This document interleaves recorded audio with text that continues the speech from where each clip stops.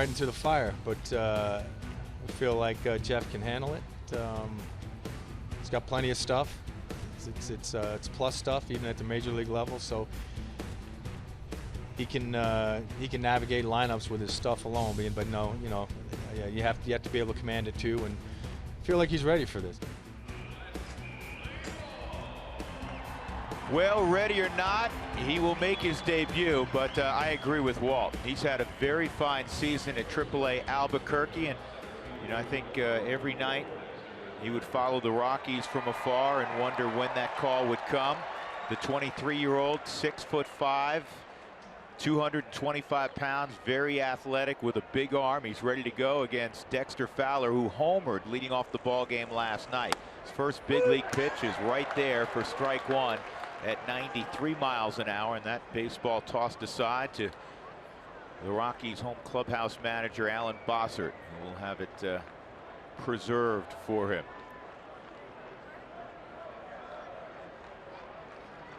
There's AB behind the railing. Here's the 0-1 from Hoffman. It's a curveball. The arsenal, Spilly, for Hoffman, plus fastball, plus curveball. They really believe that curveball is going to be outstanding.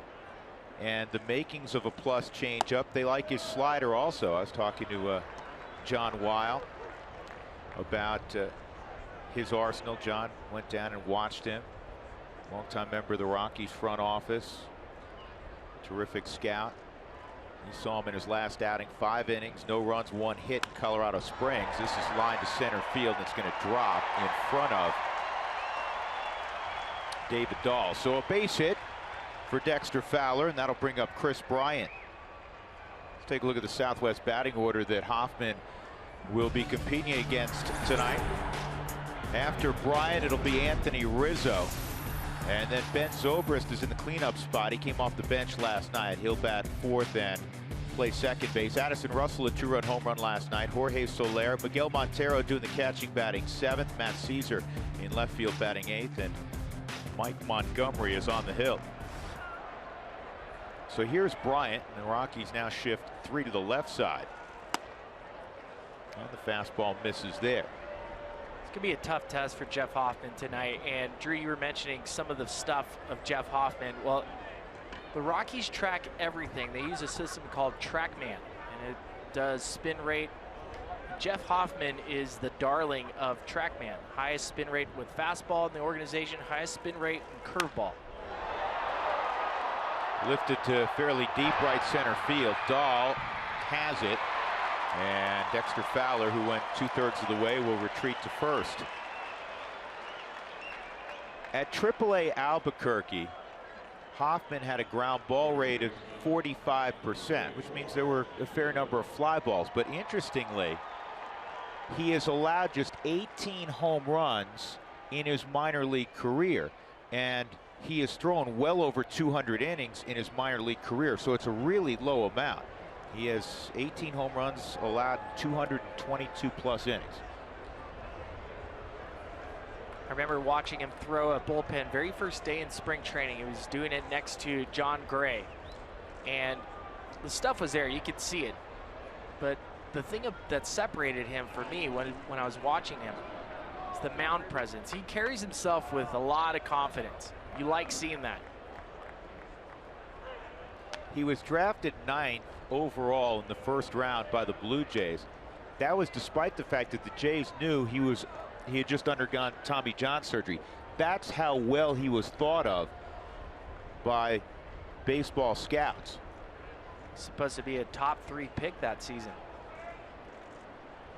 And that pitch outside.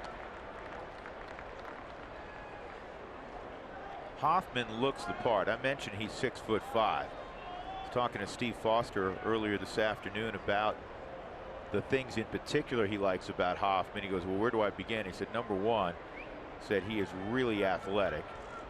He's got great stuff, great makeup, great competitor. That's high, 2-0.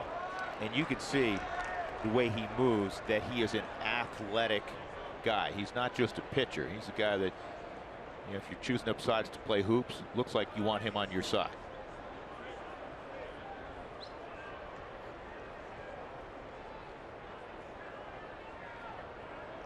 One on and one out. 2-0 on the dangerous Rizzo.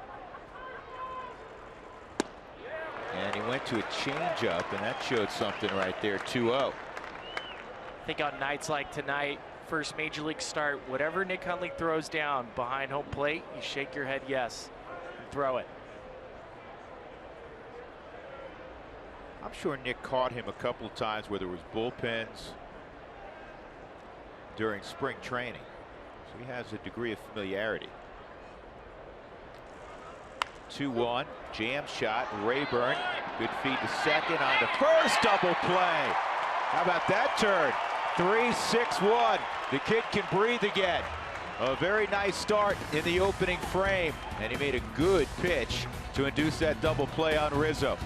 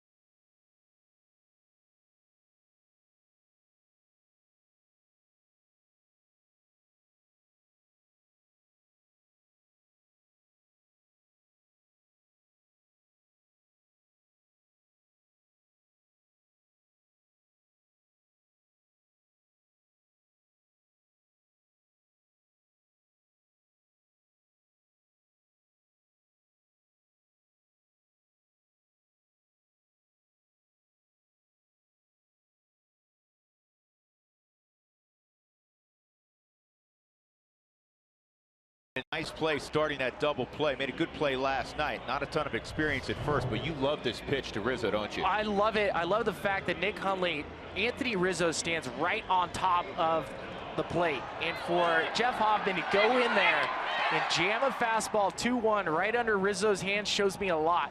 Ryan Rayburn obviously getting the start tonight. That's a great play. Great play at first base by Jeff Hoffman, and watch the reaction. Think he's pumped up? He's pumped up, but I love seeing that. You know, we always talk about back in your day when you guys were rolling in 07, one of your favorite teammates, your Torrealba. You need, not everybody can be a lava lamp, man. No. You need somebody with fire, and if it's your pitcher, great, man. Even better, even better. They set the tone. So there he is, breathing again. We told you he would. Mike Montgomery's making a spot start for Chicago. Came from Seattle a little more than a month ago. David Dahl leading it off. Again, Charlie Blackmon not in the lineup tonight. Walt's going to give him another day. He did pinch hit last night. Dahl led off the ball game, I should say, the bottom half of the first, matching Dexter Fowler's home run. This kid's done a little everything so far in his first few weeks in the big leagues. Here's a by the way. So last night, Dexter leads off with a home run, and then the bottom of the first, David Dahl hits a home run. The last time that happened involving the Chicago Cubs, 124 years ago. Come on. Just the facts. 2-1 on Dahl. Montgomery, in all likelihood, is not going to go exceptionally deep in the game. Last year, in his rookie year with Seattle, he was exclusively a starter. This year, he has only 2 starts, and since the Cubs acquired him, in 7 appearances, he's worked 8 1/3. So he's not exactly stretched out. 75, 80 pitches, probably the neighborhood that he can go.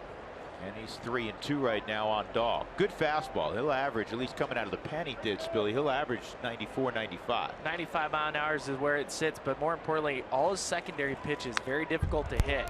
And for David Dahl, this is a tough draw. A little funk on Montgomery with his mechanics towards the plate. See the numbers with the slider, curveball, and changeup. none of those pitches, the changeup and the curveball, hitters are hitting below 100 off of that. Well, it is different, though, when you know that you have to pace yourself. When you can be a sprinter as a reliever and say, I'm getting 3 guys, or, lefty specialist, I'm going to go get 2 guys. It's different now when you have to truly utilize your full arsenal, and you're trying to get, in his case, probably 15 to 18 outs in a perfect world. Ball 4. Great start for David Dahl. A couple of foul balls on 3 and 2, and he earns a walk. And that'll bring up DJ LeMahieu. Here's the Southwest batting order tonight for Walt Weiss. LeMahieu last night squared up 5 balls. He ended up with 2 hits because he lined out 3 times. Co-leader in hitting with Daniel Murphy in the National League. Nolan Arenado, Cargo, Rayburn 3, 4, and 5. Then Nick Hunley, who had a big hit in the 11th. Gerardo Parra, Christian Adames, and Jeff Hoffman.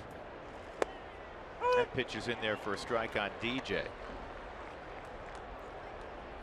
Well, we love giving David Dahl credit. Mike Montgomery so far this season, when he had hitters 0-2, only a .092 batting average. So working a walk when he had 2 strikes. Good job by David Dahl. There's that one of the off-speed deliveries you're talking about. That was his curveball, and the league is hitting, you said, below 100 against him. How about 0.66? But small sample size. He may throw 1 or 2 curveballs in an outing when he's working just 1 inning. Tonight will be different. This ball's lifted to Dexter, fairly deep center field. Dahl's got to try to tag on him. And out at second base. Fowler got him. Thought it was worth the risk. He had to make a perfect throw. And Fowler did. Dexter has a strong arm in center field. Always has. Gives him the nice, easy bounce. And did you see where that ball bounced? It bounces out near the grass. That gives the fielder plenty of time to get the short hop. Russell does a great job making sure he stuffs that glove right in front of the base to get David Dahl to slide into it. Very good call at second by Jeff Kellogg, the crew chief. But I don't mind that at all, do you? I don't mind that at all. I don't mind it at all either. Take your chances. Yeah, Nolan grounds out on the first pitch. So it's a quick inning for Montgomery after the long at bat by Dahl. No score as we go to the second.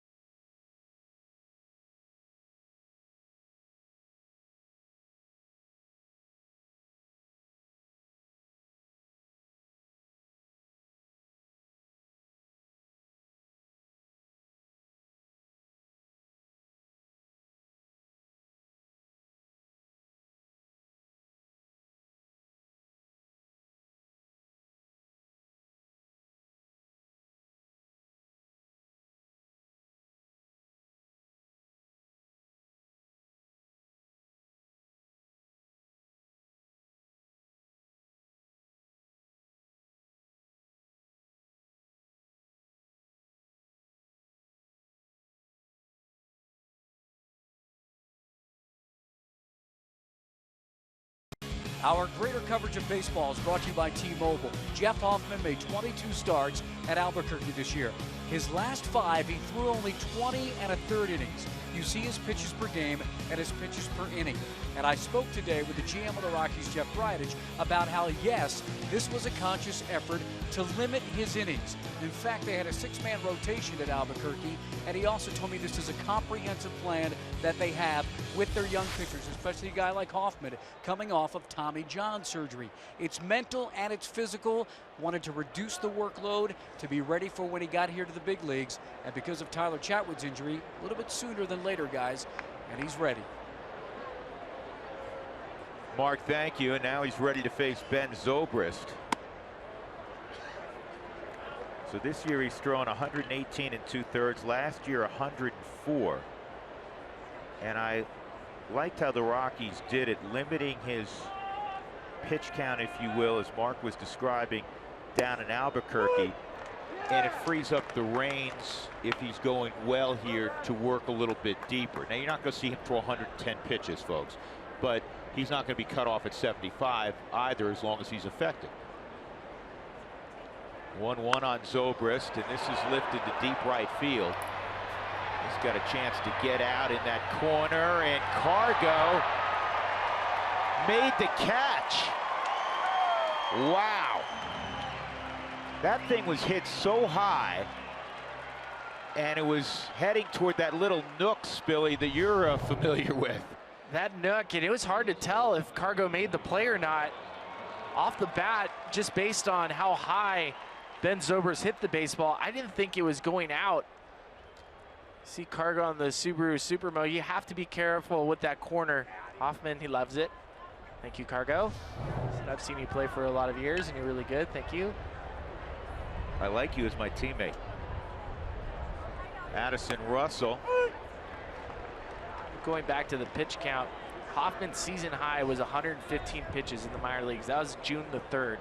And then after that, in 11 games, averaged about 84 pitches per appearance.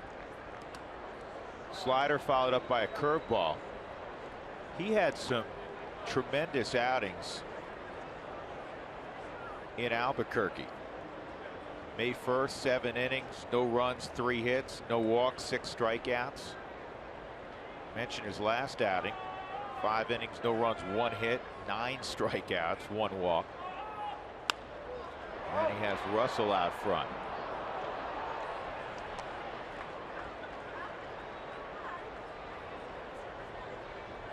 In fact, his last 2 outings for Albuquerque, 9 innings, no runs, 4 hits, 13 strikeouts. 1-2, and this is kind of scissored with a funny English on it to LeMahieu. DJ is so smart. He made sure that ball bounced again because he knew there was English on it, and then sped up his feet to make the play on Russell. Not a better just baseball IQ guy than DJ LeMahieu. Notice the English on it. Waits for that little extra hop. That's the important part. You watch a major league infielder, they're counting hops. They're giving themselves, based on their footwork, the good hop for them to field it cleanly and make sure they set their feet to throw him out at first. Fastball at 95, and Soler fouls it off. Jeff Hoffman has a ton of family and friends in attendance, naturally.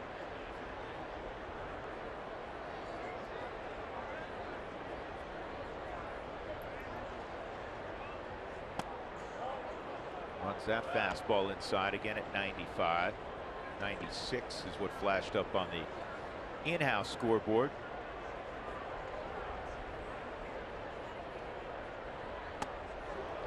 I think it was great. We found out from in baseball that Jeff Hoffman was getting called up to the big leagues from a tweet from his high school, from Shaker Booster Club, congratulating the real Hoff on being called up.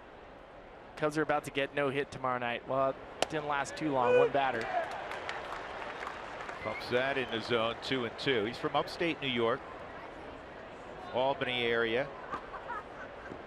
Familiar with New York State, state capital. 2.5 hours north of the city.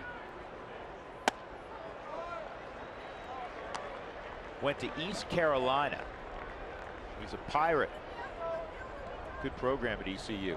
Still the highest drafted athlete in any of their major sports. Got him. Froze him with a slider. First career strikeout for Jeff Hoffman in a 1-2-3 second.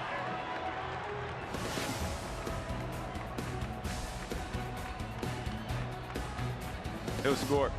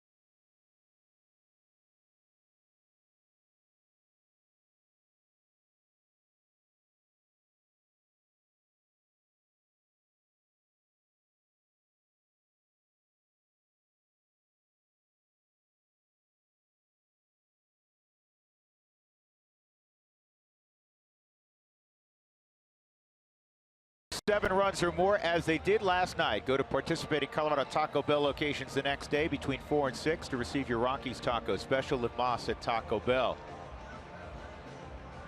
Jeff Hoffman froze Jorge Soler with a slider. It is a true 4-pitch mix for Jeff Hoffman. And now Cargo will lead things off in the second against Mike Montgomery. Montgomery, former #1 pick of the Royals. Then he was traded to Tampa Bay. He was part of the Will Myers deal a couple years ago, and then he got traded to Seattle. Made his debut last year at Seattle, as I said, all as a starter. In fact, he had one portion in time where he went back-to-back starts with complete game shutouts. So this guy's got legit stuff. Seattle moved him back to the bullpen this year, and then the Cubs acquired him. Here's the 1-1, and Cargo fouls it off. Cargo 2 for 5 last night. His average resting at .322 among the league leaders. 23 home runs, 80 driven in among the league leaders there as well. .563 slugging percentage, one of the top marks in the National League. And Montgomery, who's so tough on lefties, strikes out Cargo, one gone.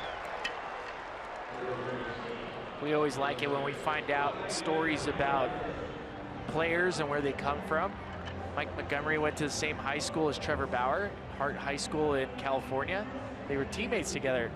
My favorite story so far that I've read on Mike Montgomery, Drew, you might like this, kicked off his high school basketball team for having too many technical fouls.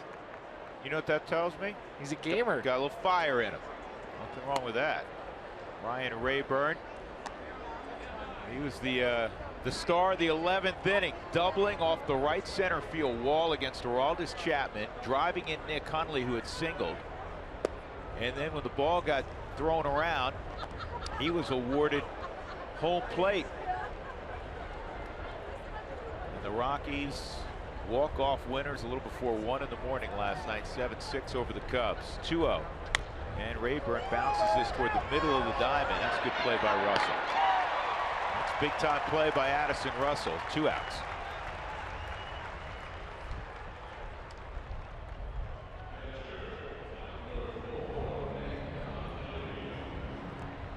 Addison Russell will make some incredible plays at shortstop.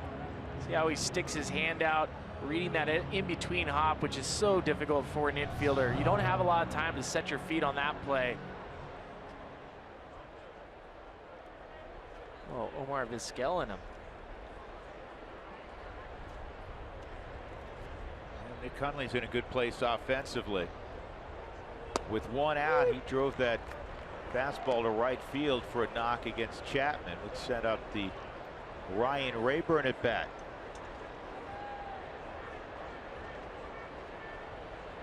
Chapman in his career has a 5.40 ERA against the Rockies.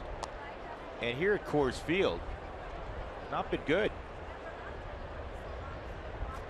And the Rockies have not been intimidated.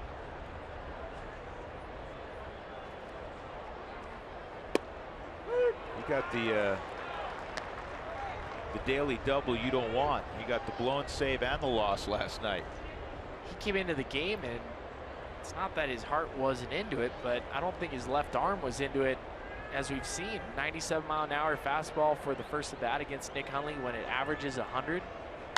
1-2. You noticed something when he came in from the bullpen. He stopped a couple times. Stopped at second.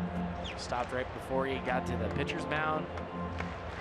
Can't tell if altitude got him, if he was tired. It's too late in the night. That wasn't Chapman's best stuff. Montgomery has a strong inning. 2 strikeouts and a 1-2-3 second. No score as we go to the third.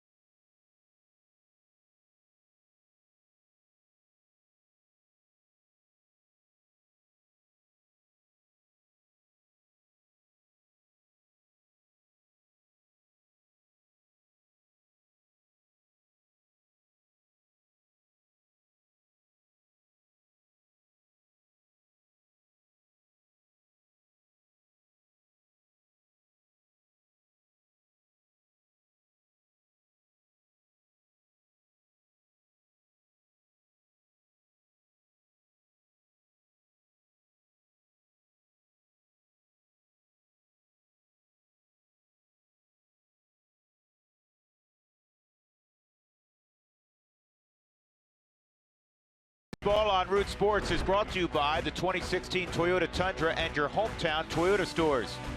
By UC Health, walk with us this Sunday at Coors Field. Visit walktherockies.org for details.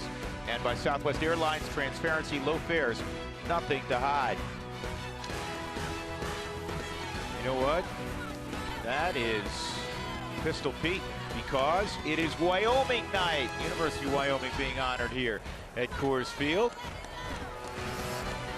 A lot of folks down from Laramie and Cheyenne to take in the ball game. Of course, the Denver metropolitan area has a whole bunch of folks who are graduates of that fine institution in Laramie.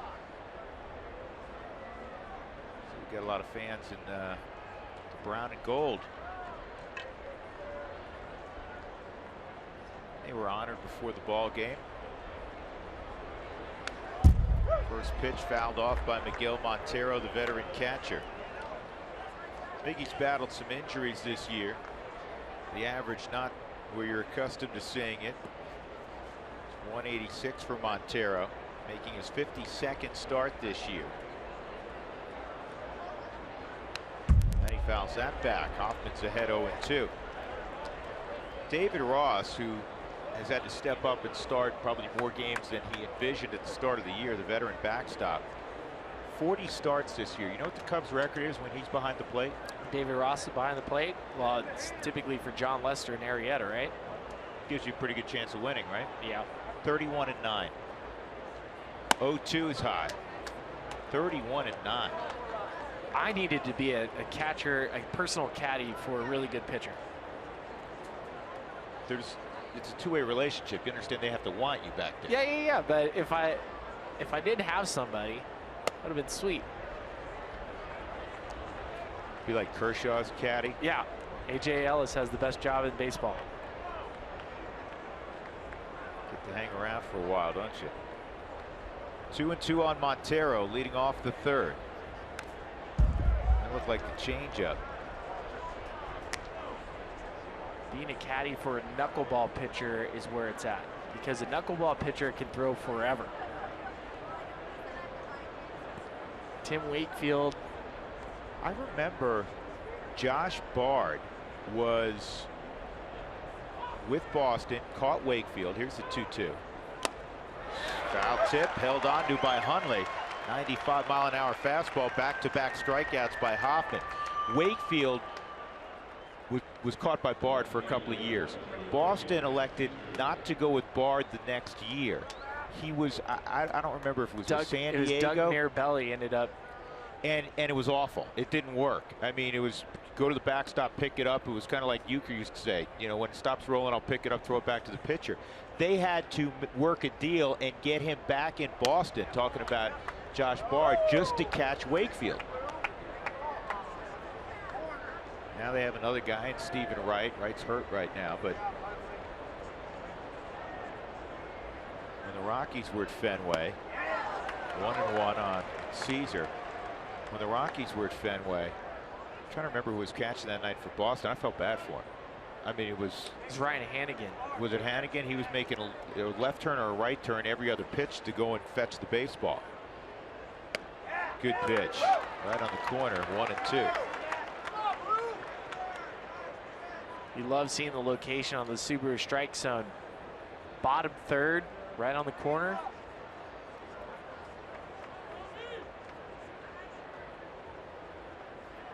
They come in with a fastball, great pitch. Adames throws out Caesar. That's pitching right there. Worked him away and then came in the mid-90s. 2 gone. That'll bring up Mike Montgomery, the pitcher. Here's our Quicken Loans Rocket Arms. We look at the PCL and the strikeout leaders this year.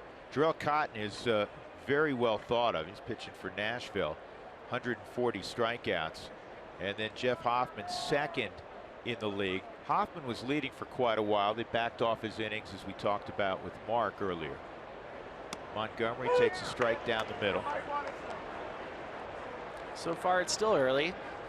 He's navigated through the lineup one time. But what he's shown me so far, he is not afraid to throw the ball inside. That is always the important factor for a young pitcher, is making sure you can command both sides of the plate with the fastball. He impressed me already with the pitch to Anthony Rizzo, right under his hands, not even scared. Sometimes you'll see guys with a pitch like that. Easy play for Nolan. Loud out. Montgomery got good wood on it, but Nolan grabbed it, and it's 8 in a row retired by Jeff Hoffman in his major league debut.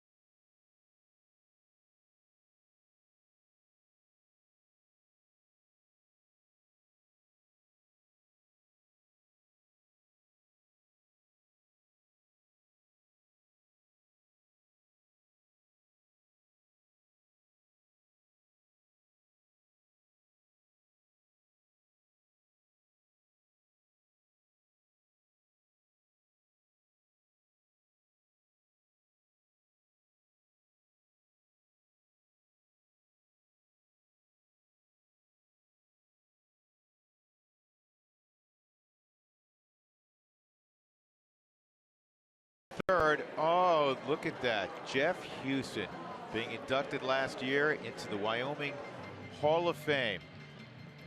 Speech. Speech. Very proud moment. We got Is nothing. that- We got. Oh.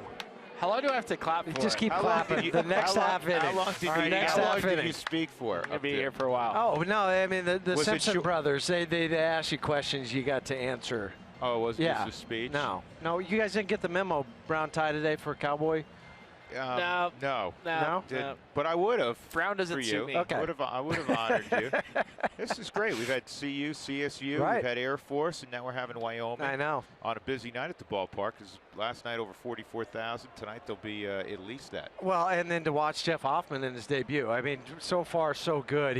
You mentioned it a moment ago before we went to break how he's been able to pitch inside, and I think that's been the key for him tonight. It's kind of fun when a guy comes up and all of a sudden he's doing what you kind of expect him to do, or you hope that you do. Do you know one of the first things you notice about him, and I said this to Spilly last night, and I think I said this to you when we were doing the Cubs earlier in the year. They look really good getting off the bus, the Cubs. They got some big fellas. Yes, they do. Jeff Hoffman looks the part, doesn't he? He does. He commands the mound. And I think that's a huge thing when you are standing in the box against somebody making their debut. Do you see their knees shaking? Do you see the fear in their eyes? You don't see that with Jeff. I didn't see it, but I did see him come out well before the average starter comes to warm up. He was in the bullpen full sweat 15 minutes before Mike Montgomery was even heading out towards his bullpen session. Come on, you know that right when he went out there, he couldn't even spit. He had No. dry mouth and cotton mouth because the nerves were going. One out, Christian Adames in from the right side. When you guys played your first big league game, it's different from pitching, but when you stood in the batter's box and you tried to put weight on the backside, was the leg sturdy or was it shaking inside the pants? Mine was shaking. I mean, the pants were so tight you could see it. My pants were a little baggy, and what I remember is that I was at the plate in a 2-0 count against Eric Milton with 2 outs, and I have to remember who got the base hit, but I wasn't supposed to come up that inning, and he ends up getting tossed out at second base. And so now I spent the next half inning in right field thinking about my at-bat, no. and I was freaking out. 2 outs, and that'll bring up Jeff Hoffman for his first big league at bat, so we can break that down as well. But before we break that down, Spilly, I want you to break down at least the stance on this guy that played at the University of Wyoming about 45 years ago. I like the back foot, toes pointing in towards the pitcher. That means you can keep the weight inside in your inner third, inner half. Hands are a little low. Well, I just hadn't got him back up into good hitting, but this is against the Air Force Academy. You look real hard in the picture when we show it again. You were a long-legged kid back then. Huh? Yeah, Still is. still. That's yeah. right.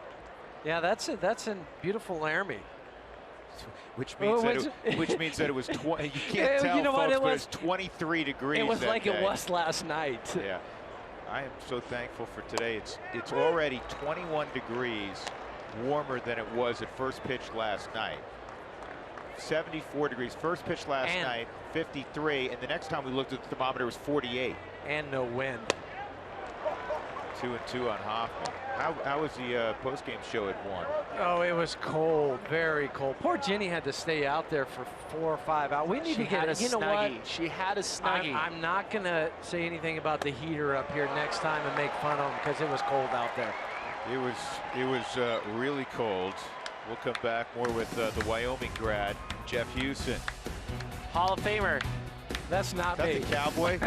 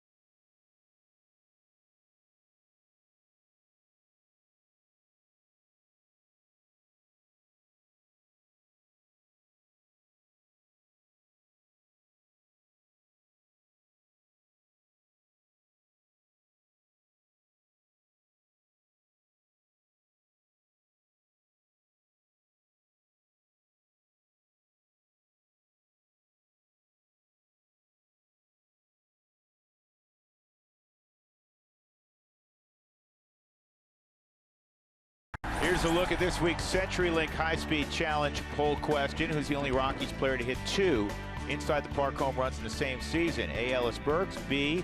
Clint Barmas, recently retired Clint Barmas, C. Brandon Barnes. Go to rootsports_RM to vote. I think I know the answer to this. Don't give it away. I'm not going to. Okay. Top of the 4th inning, second time through the lineup for Jeff Hoffman. Rizzo, if you get me a ring before he does, you can have me. Huey, you played for the Cubs. What kind of fan base is that? It truly is unbelievable, because now they're winning, people are coming out, but even then, you know, I think we lost 98 games and people still came out. It has a unique following.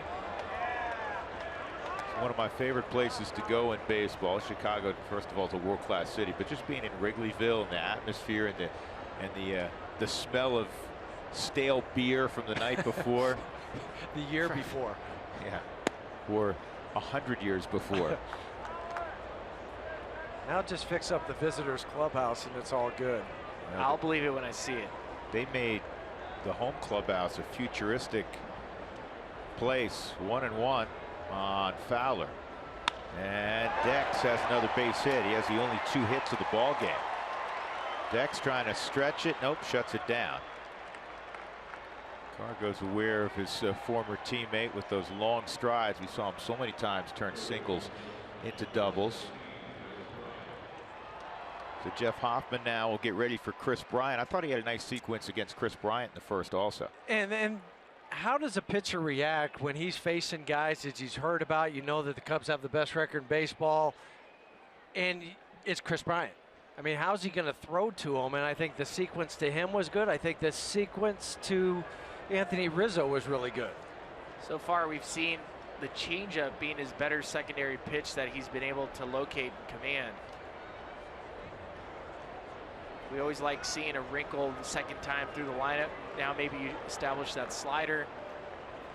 And then if he gets through 3 times through the lineup, now he's busting out the curveball. I think we've seen it before where you have a guy loads all the pitches that he has in his arsenal. And Dexter's going to end up at third base. Cargo's coming to help out. By the time Rayburn gets the baseball, Dexter Fowler was around third. And that'll be an error on Hoffman. Looks like the ball was in towards Dexter. Rayburn not able to reach over and grab the baseball. See the long strides of Dexter, all 6 foot. He's probably 6'6" now. I feel like he's grown a lot. He grew in the big leagues. Remember we talked about that, Huey, a few years ago. He actually went from 6'5" to 6'6". And added some weight too, because now when you get up to Dexter, he's got man size. He's just, you can really tell he's put in a lot of work in the offseason. That'll be tough to keep Chicago off the board. Runner at third with great speed and nobody out. Bryant fouls it off. 0-1.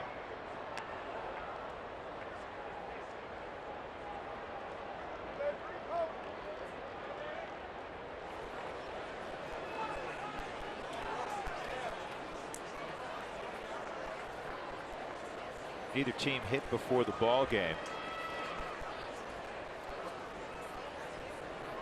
In fact, Joe Madden's not big on that. That's inside. He's been quoted as saying it's one of the biggest wastes of time traditions in baseball. Hitting a guy throwing 50 miles an hour at 5 o'clock. The only issue I have with not taking batting practice is more the defensive side, making sure position players get their ground balls in and outfielders getting reads off the bat. That's where I thought was the most important.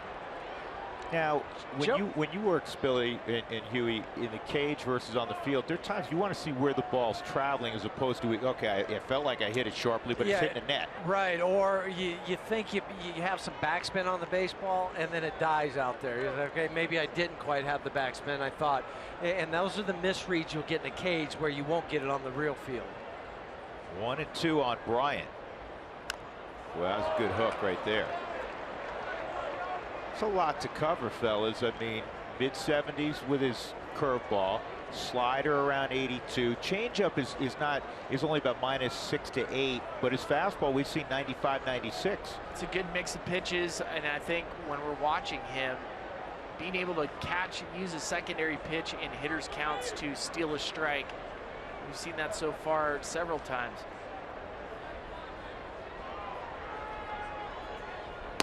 Good fastball, just missed shaving that edge at 96.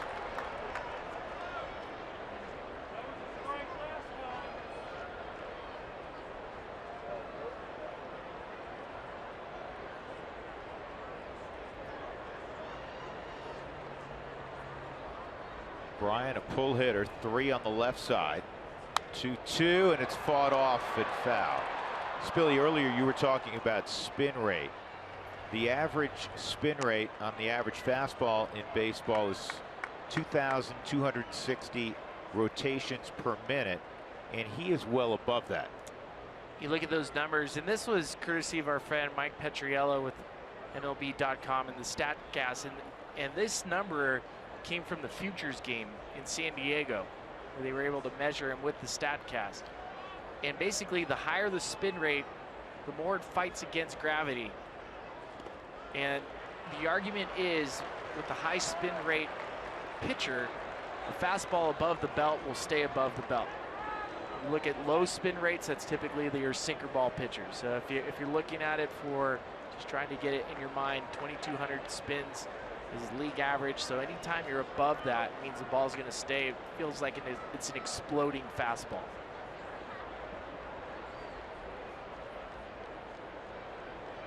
3-2 on Bryant.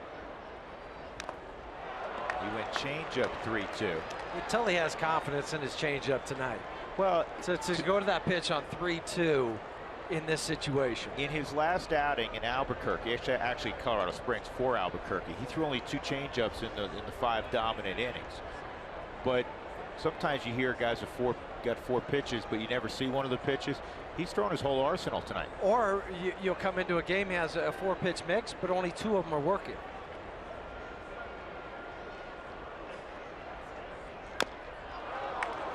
I love that Nick Hunley keeps making Hoffman throw the ball inside, and why wouldn't you? Hoffman is not afraid to throw it in there.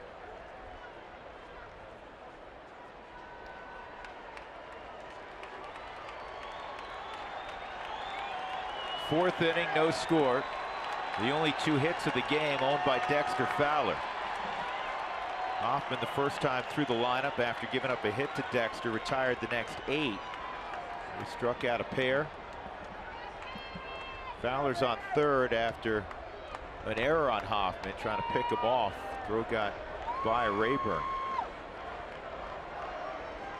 Once again, the 3-2.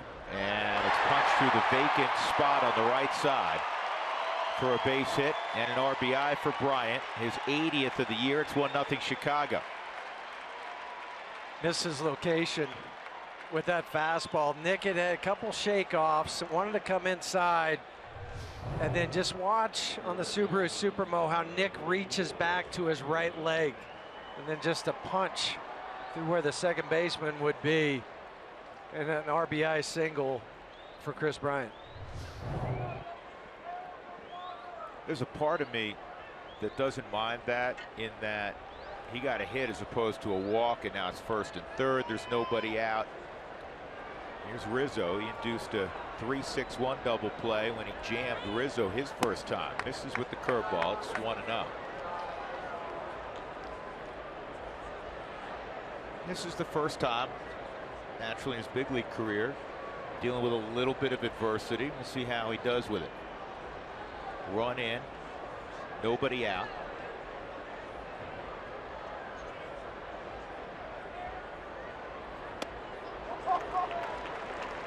I think every time a pitcher comes to their major league debut, they're just anticipating striking everybody out, no hit stuff. Even with somebody like John Gray, last year took his lumps. Expecting to see that. The game's not easy. Major league hitters, tough teams. Not expecting him to take lumps tonight, but I'm just saying that's part of your growth. And that's going to find a seam. Going first to third is Bryant. 3 straight singles by Fowler, Bryant, and Rizzo. First and third, nobody out. And a run in. Ball has not been hit hard off Jeff Hoffman. Pitched off the plate. Rizzo just pulls it through the shift that the Rockies have. Last 2 balls between Bryant and Rizzo, not hit hard at all. Just finding the spot. And even Dex's base hit wasn't scalded. Steve Foster's so excited working with this group, and we were chatting this afternoon in the clubhouse. And I asked him about his days in Kansas City. He had a big group of young relievers that came up at the same time. He said, I've never seen anything like this. The number of young starters that have a chance to be top flight, front of the rotation guys. That's fun to be able to talk about, because it's been a while since you've had that, where you could talk not only what's happening tonight, but the guys down in AA and AAA. Zobrist hits this ball toward the gap. It's going to run, and Dahl slides to cut it off. 1 run is scored, and a stop sign for Rizzo. You get to see just how talented Dahl is as an outfielder. Most guys, that's going to go past to the wall, and it's going to be a triple. Dahl just saves a run for the Rockies, making sure Rizzo's not able to score from first base by leaving his feet. Oftentimes, you don't want your outfielders leaving their feet up in the zone. Zobrist typically is not going to jump on pitches early in the count, but he does, and that's the athleticism of David Dahl, making sure he got the baseball. If he misses that, rattles off in the corner, you're looking at Rizzo scoring easily and Zobrist standing at third. Now the infield comes in a little more than halfway, pulled to third. Nolan's so fun to watch. We saw him do that last night, like going to run at Rizzo. Rizzo getting a kick out of it. What are you gonna do, man? Run me over? Yeah. But I like that pitch right there from Hoffman. After getting the fastball hit, most young guys or most power pitchers think, well, I got to throw harder. He goes softer, backs off of it, gets a rollover ground ball to third base. It's a key sequence right here, because the infield's still in. Soler struck out looking his first time. And he lifts this ball to shallow center. Dahl coming on. Rizzo does not have great speed, and he's going to stop. And a perfect throw by David Dahl. That was similar to the throw he had in the Futures game. Yeah, the throw in the Futures game where the ball came off his arm at over 95 miles an hour. More importantly, whenever you're in the outfield, you give yourself a chance to throw the baseball by staying behind it. It doesn't take a lot of arm strength to make good solid throws, and as you watch him get behind the baseball, let that body carry you through the baseball, you can get that nice back seam where it carries one hop easy to Nick Hunley. Well, the other thing too is he got it over the mound, so it didn't hit off the backside of the mound and then pop over Nick's head. Those are the worst errors ever. They are, aren't they? But that's what I'm saying. He has the arm to be able to carry that mound. Miguel Montero with first base open, and this is bounced up the middle and on through. It's going to cost you 2 runs. I was just getting ready to say, you could walk Montero and go right on right with Caesar, but I think the thought process with the Rockies is Miguel Montero has really struggled this year. Came into today's game 6 for his last 43, but career-wise, 289 batting average at Coors Field, 9 homers, 37 RBIs. He feels comfortable hitting at Coors. This ball, again, not hit hard, just finding its way through the infield. The reaction from Nick Hunley says the whole story. Just throws his hands up in the air like, what are you supposed to do? You know, it could have been where you said, well, 2 runs, could have been a lot worse. And it got a lot worse with that seeing eye base hit. So now the Rockies are down a 4 spot. 8th man to hit in the inning is Caesar. Curveball for a strike. He had struck out Montero his first time.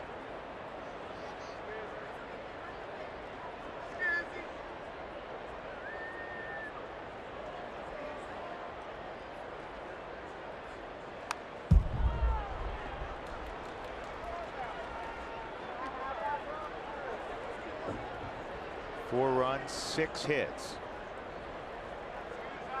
The most solid contact clearly came on the double by Zobrist.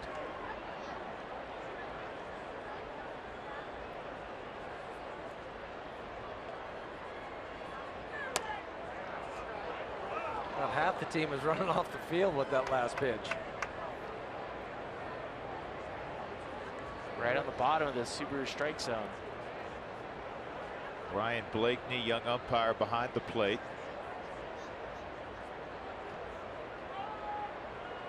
Here's the 1-2. Center field, David Dahl is there. That'll end the inning. The first 4 men all read single, single, single, double. 4 runs in the inning. Huey, we'll see you on the postgame, brother. All right, good luck.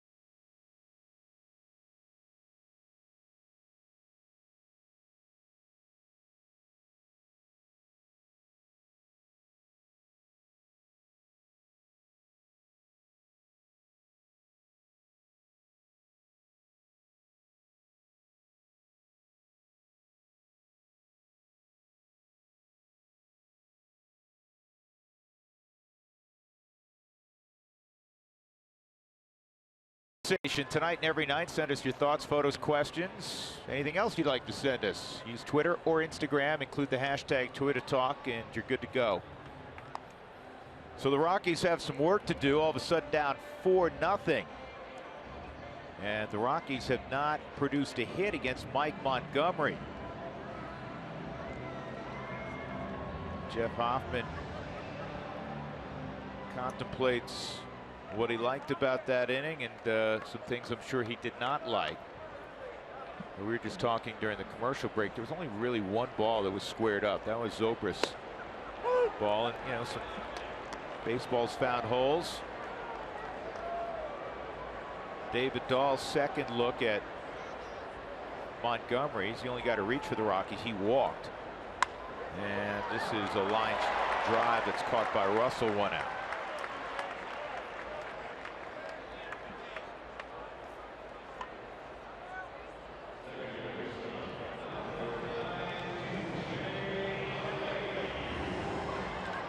LeMahieu hit a fly ball to deep center field in his first at bat.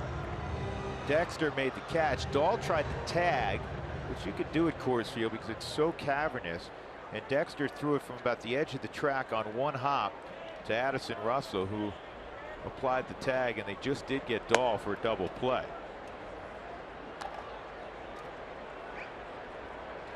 You can't at Coors Field just have a center fielder that can cover a lot of ground.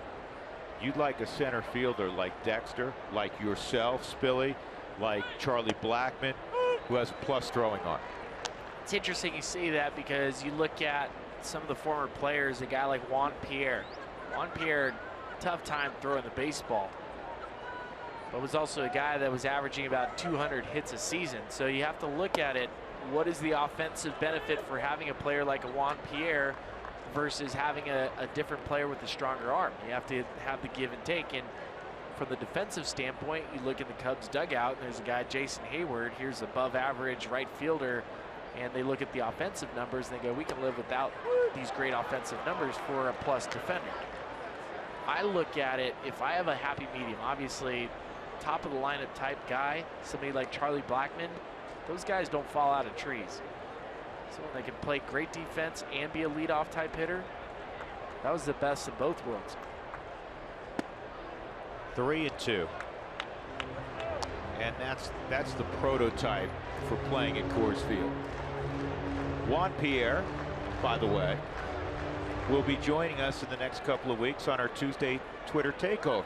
Be good to hook up with JP. Now in retirement, down in Florida. Outside, LeMahieu draws a walk. I saw Juan Pierre for the Cooperstown Hall of Fame game that I was able to attend, and I was signed up to compete in the home run derby, and Juan Pierre kind of kicked me out. So he competed in the home run derby, which is great. I said, fine, I want to see Juan Pierre hit a home run. Short porch, the right field, Doubleday field. Yeah. How many home runs do you think he hit in 10 swings? Uno. Big fat bagel. I was afraid you were going to say that, so I was giving Juan at least one. He was close. I guarantee you he looks like he did the day he walked off the field. Am I right? He had a hit that game, left center field, just the line drive he hit over shortstop like I've seen a million times. There's a strike on Nolan. His first time up. He bounced to short on the first pitch. Nolan's been scuffling, still driving in runs, but he's just 4 for his last 32. 2 ribbies shy of 100. What are you seeing? You know his swing so well. A little anxious. I think you can see that the comfort level isn't there for him. I think when we watch him and you see the comfort, and comfort to me is also attached to confidence. And it's funny to say that for a guy that has almost 100 RBIs, the way he's carrying himself, the way he takes in between pitches, it's not the same confident level we've seen earlier in the season. Just trying to settle down that mind, settle down that back foot.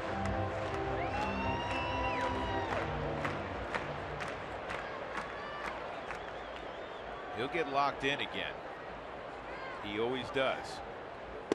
And it will not happen on this at bat.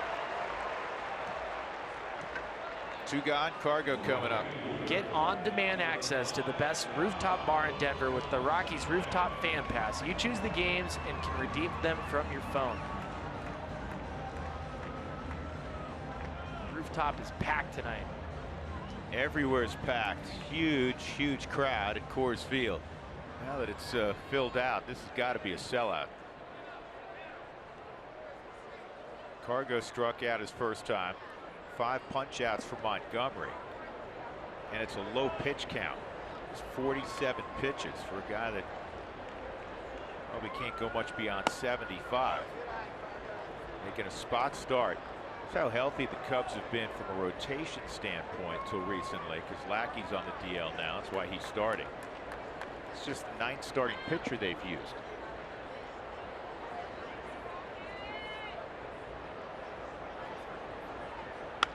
Cargo loops this one right to Russell, and the Rockies are done again. They still are without a hit. They have 2 walks to show for their offense tonight. They're down 4-0 going to the 5th.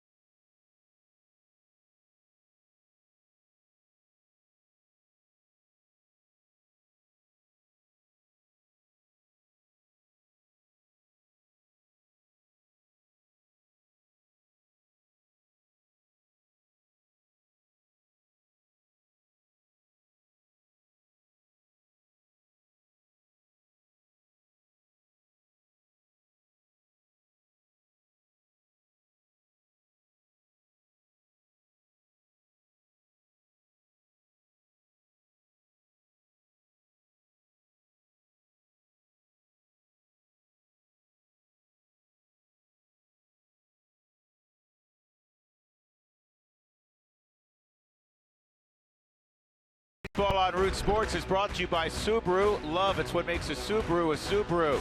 By CenturyLink, your link to what's next.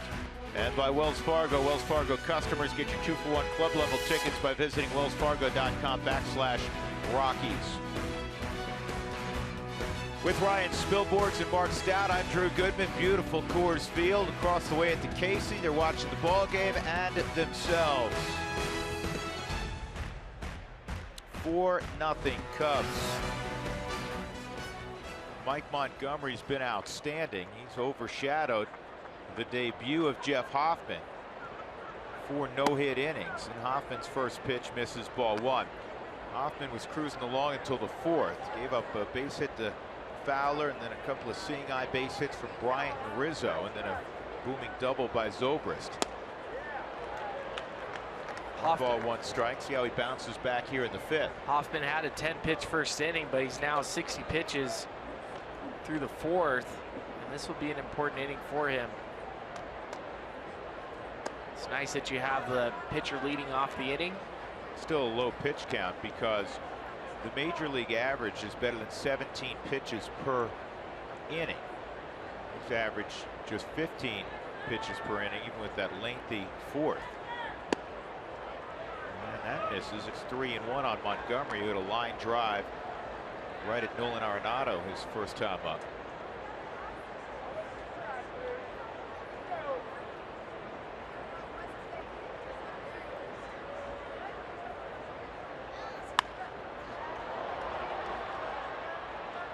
Parra hoping for a play. He's not going to have one. Find the latest Albuquerque Isotopes jerseys, t-shirts, novelties, and more at abqisotopes.com. Albuquerque Isotopes, proud AAA affiliate of the Colorado Rockies.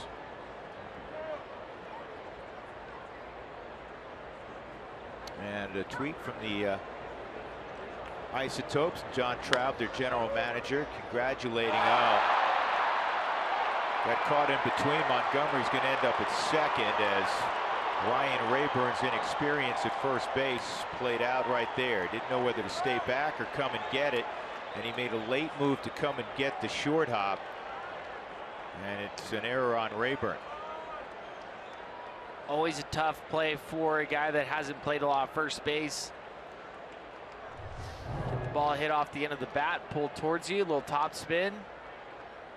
You have to make a choice. Either you're going to run in and grab it, take the short hop, or go back. And I think if he looks at it, the hesitation off the bat, just running forward, would have made him an easier play.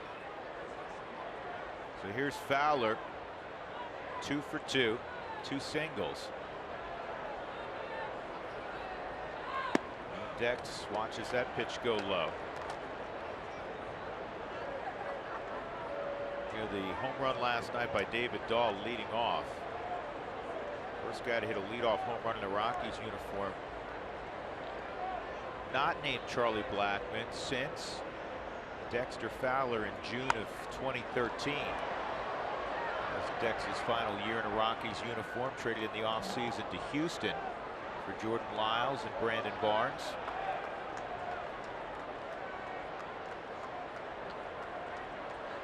Before Dexter in 2012, it was Tyler Colvin.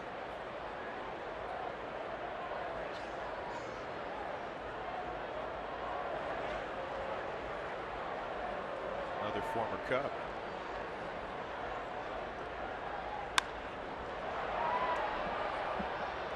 Cubs fans are still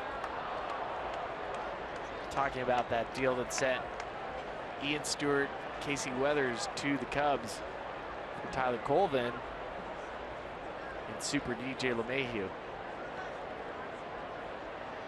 Well, the Rockies' history approaching a quarter century. It's going to go down as one of the best trades the Rockies have ever made.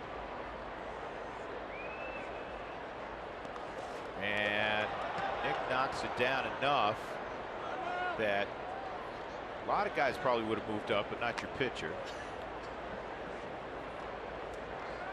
And I don't think Joe Maddon wants Mike Montgomery trying to scamper to third and have to slide.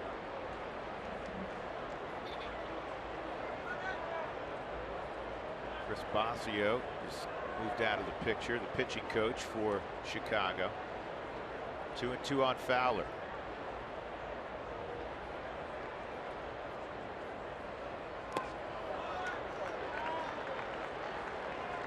One of the great attributes of Dexter Fowler is he has a great eye. He's got a big strike zone at 6'6", but he walks a ton. 52 walks this season. 527 walks in his career. This year his on-base percentage close to 400.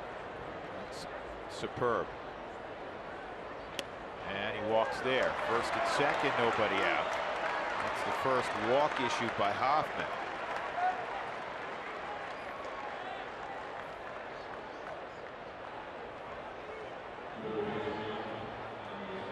You got Chris Bryant coming up. Back-to-back stressful innings for the 23-year-old.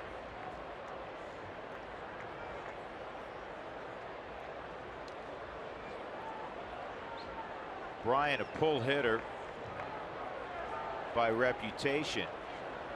After a lengthy at bat, kind of punched a single through the vacant right side, and now the Rockies are going to move LeMahieu to the right side, but not completely. Well, some guys, they like to hit the ball and pull it. Guys like Nolan Arenado. And some people will use the opposite field like a DJ LeMahieu, but the strength for Chris Bryant is pulling the baseball. See the OPS, that's absurd. If you can get it over 1,000, you're talking stuff. 313 OPS opposite field, that's really, really low, but it also shows he knows his strengths.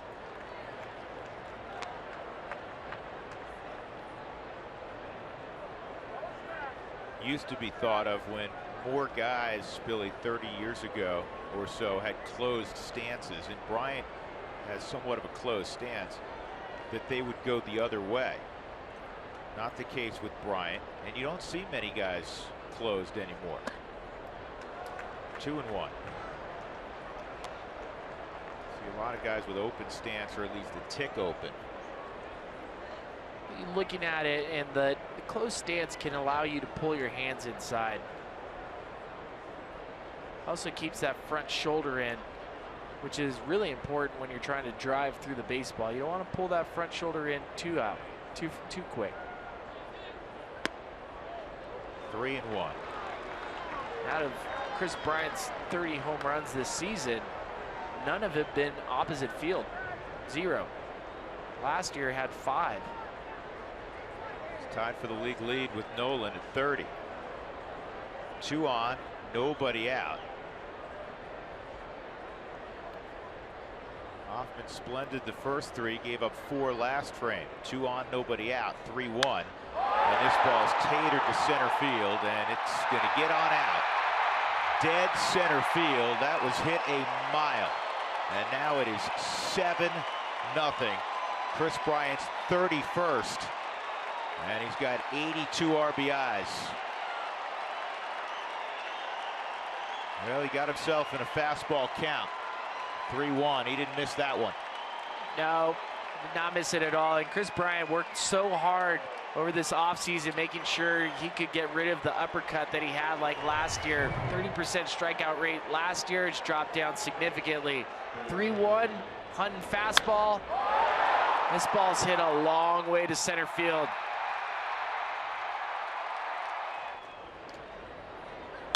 Man, right off the bat, knew it.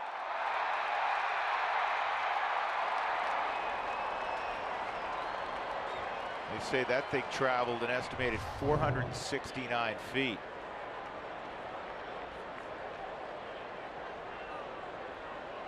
Ball was 108 miles an hour off the bat.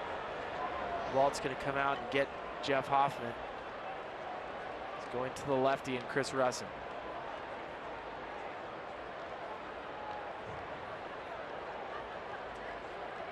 Well, the first 3 innings, Jeff Hoffman will want to remember. The last inning plus, not so much. So the kid walks off. 7-0 Cubs.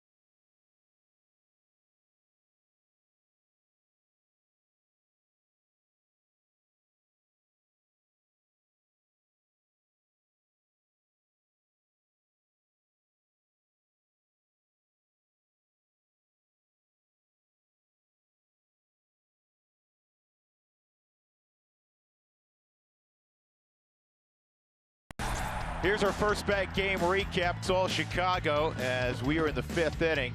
And the Cubs a 4 spot in the 4th, and they run off Jeff Hoffman with the 3-run home run from Chris Bryant a moment ago. So Bryant goes 4+, 7 runs, 6 hits, a walk, 2 strikeouts in his major league debut. And we have often said this, Spilly, you would know this as well as anybody, having played at this level for a long period of time.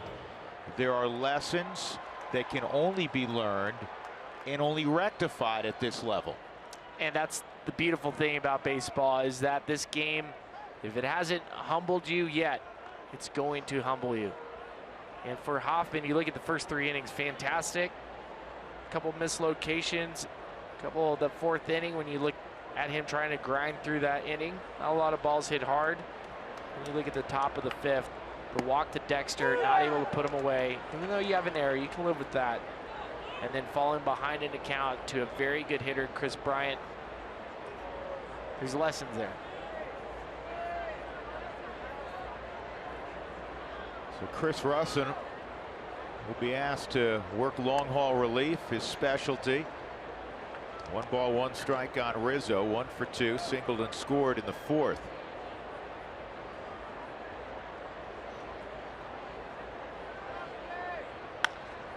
And that's a base hit for Rizzo.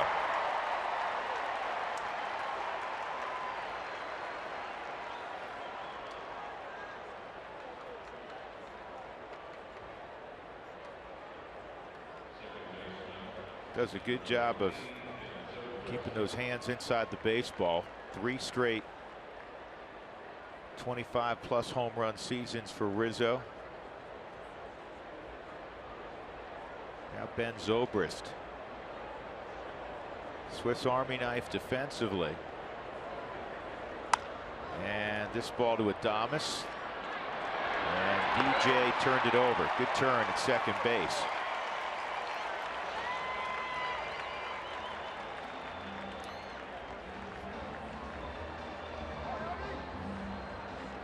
Love how Jeff Houston, this goes back to his instructor days with the Cubs, teaches infielders how to turn double plays.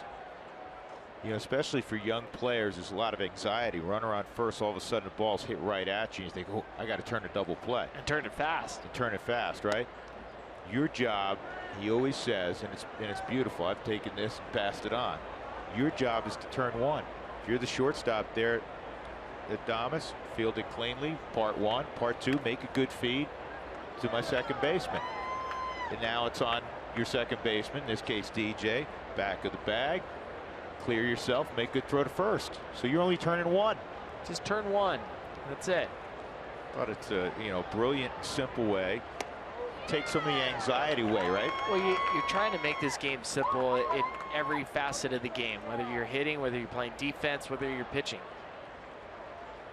You're about pitcher. All you have to do is look at the glove, focus in on the glove, throw it to the glove. If you're an infielder double play situation, I'm just trying to get 1. When you're hitting at the plate, I'm not trying to hit a home run. I'm just trying to hit the ball hard up the middle. Were there things you told yourself as an outfielder defensively to simplify? I would just try to throw it at the cutoff man's head. That's it. Russen loses Addison Russell. 2-out walk, and that'll bring up Jorge Soler. Every Sunday home game is Bike to the Game. So including tomorrow, ride your bike for the chance to win prizes. Get more info at rockies.com/green.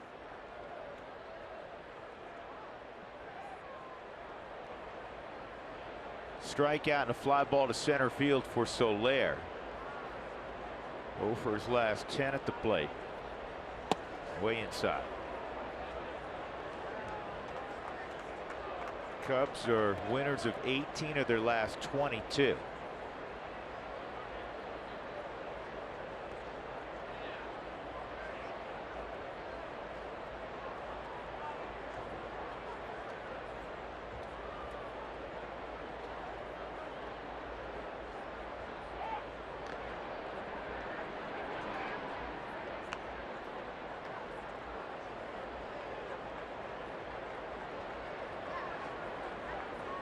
Last 2 outings for Chris Russen.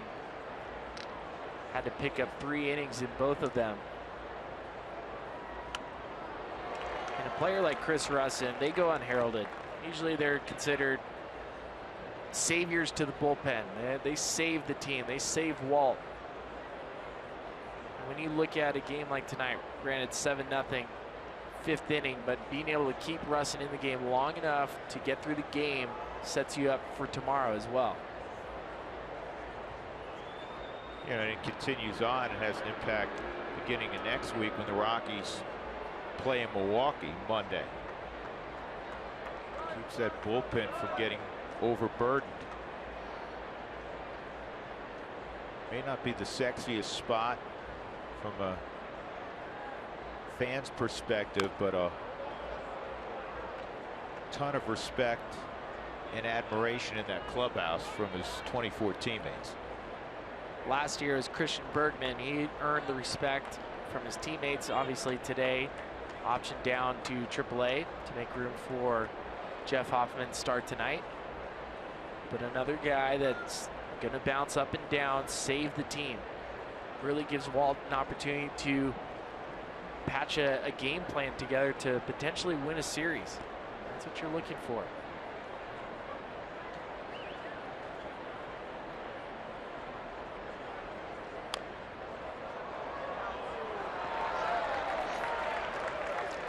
The staple, or one of the staples of the Russen arsenal, that quick pitch. And you don't know whether you're going to get the heater or the changeup. Sometimes they'll go quick and throw the changeup off it.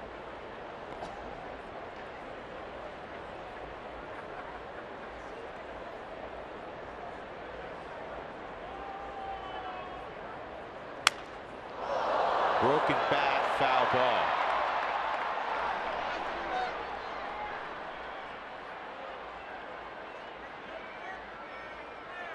That split nicely. Good firewood. So hit it off the end of the bat. There's the changeup.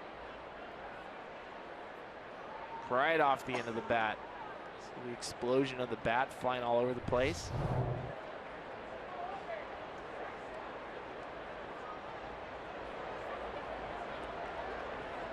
Usually an ash bat will not break like that. There's 2 different styles of bats. Usually it's like a maple, now there's hickory. But an ash bat with the different grains on the bat, they don't typically break like a maple or a hickory bat does. And a line shot, base hit.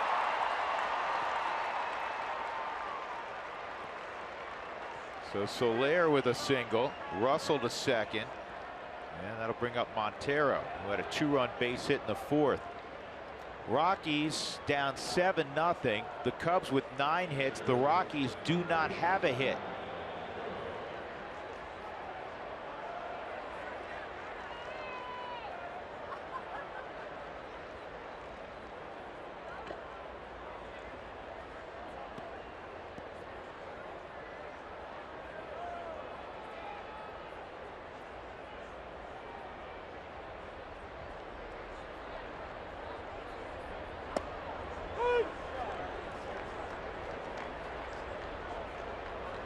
On Montero, 33-year-old, came up with Arizona.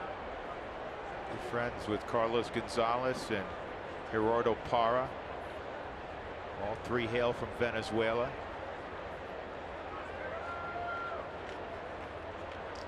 All 3 now make the States their home.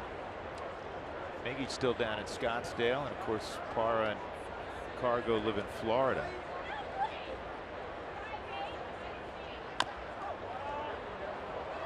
Miggy's one of those guys, and Spill, you played against Montero. You're in the middle of your at-bat, and he's talking to you, right? He's great. He's great, but you also have to tell him to be quiet. He's back there. Spilly, you're a good hitter. I can't wait to see you play today. Be quiet. Stop. See him talking. He's talking to himself, talking to Nick. Pat him on the back. See? So he's got a conversation going. He is a wonderful guy. He's great.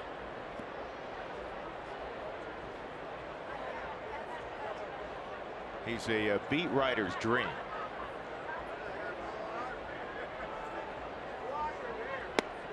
Big swing and a miss. Russen strikes out Montero to end the inning. 3-run home run for Chris Bryant. He takes over the National League lead in homers. Hit one 469 feet, 7-0 Cubs.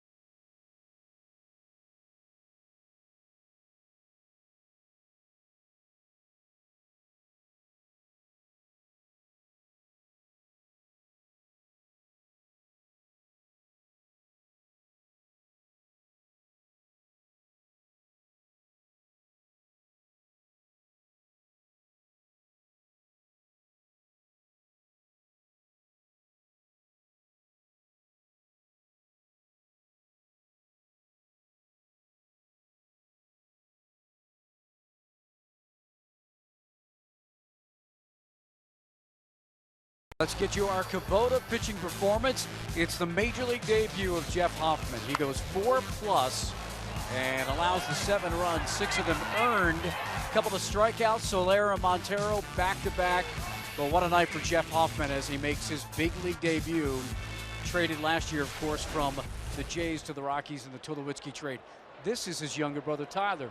Proud night for you, huh? Very proud. I've seen him grow from college, high school, college, all the way up, and it's great to see him here. It really is.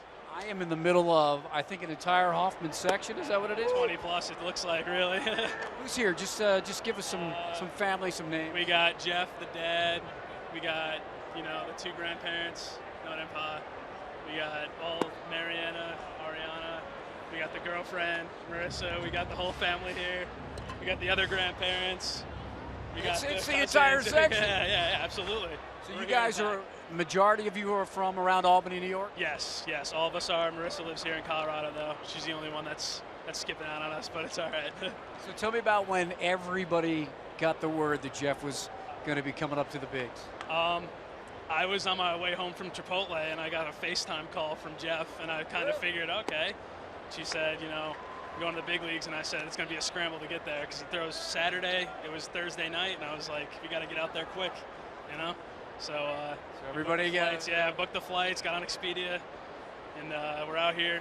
It was a long day yesterday, but we're here. We're supporting the Rockies here. Has everybody been to Colorado at all? Or? This is my first trip. I don't know about everybody else. Like I said, Marissa's been here for a while, and we're all just happy to be here, really. Hey, Drew and Spilly, it was interesting because talking to Tyler, he said the Rockies are going to score some runs because I get the updates all the time, and even though they're down early, that's what you said. There's plenty of time, right? Yeah, I actually, from Phoenix, I was taking off the Phoenix coming here. I saw we were down 5-1 last night, so I was like, all right, that game's over.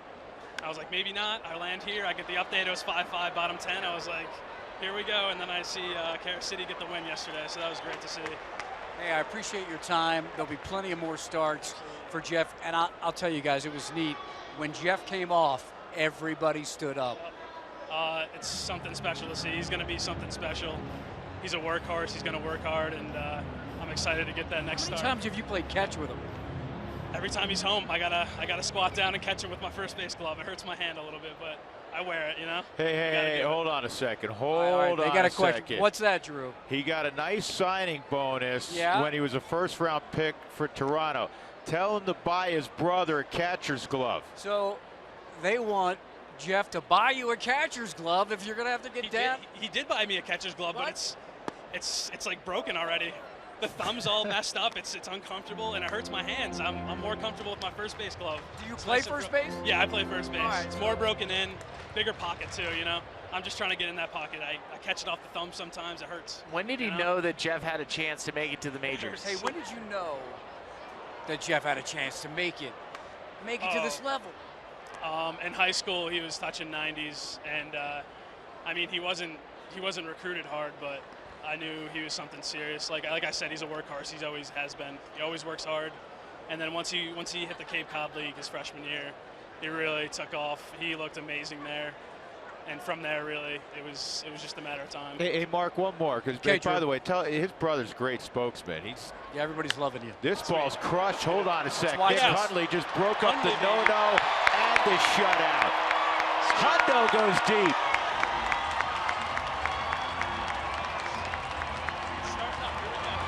That's right, starting off, here we go. Nick Hunley's been in a great place offensively, sitting at the home plate. Quiet approach, looking for the ball, middle and in. Does not miss a pitch right here. Joe Madden quickly coming out.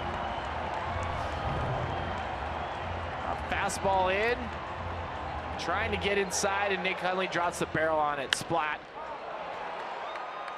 7-1 baseball game.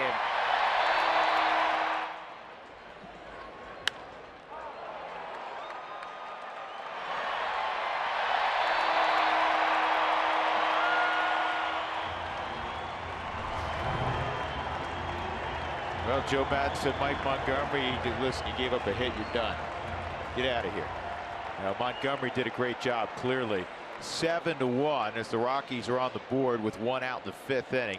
And while we have this pitching change, we'll talk some more to Tyler Hoffman, brother of Jeff, making his debut. And we were asking, we talked about how athletic Jeff looks, Mark. Ask Tyler, did he play some hoops? Did he play football? Because he's 6'5", 225. He looks the part in other sports.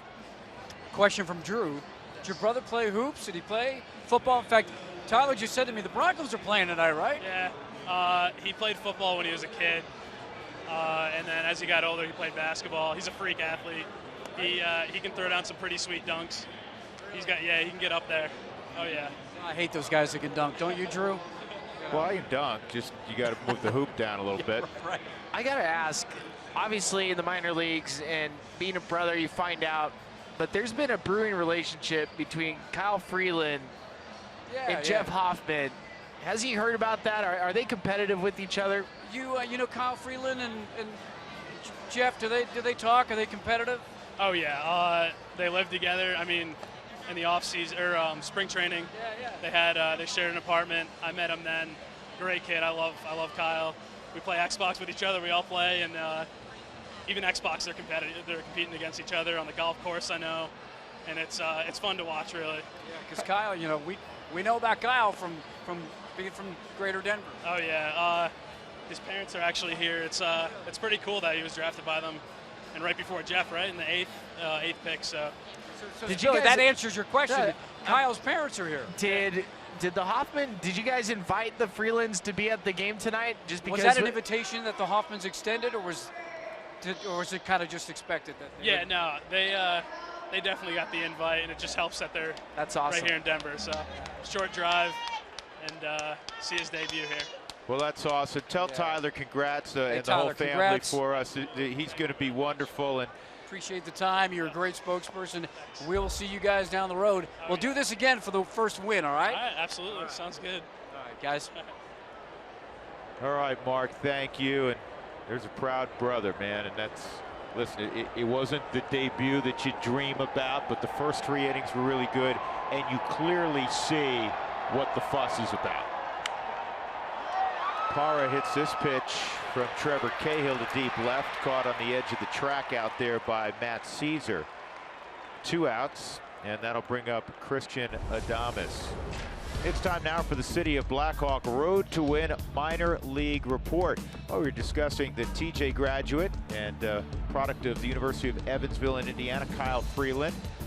And with AAA Albuquerque this year, 4-2 of the 461, 3-to-1 strikeout to walk ratio.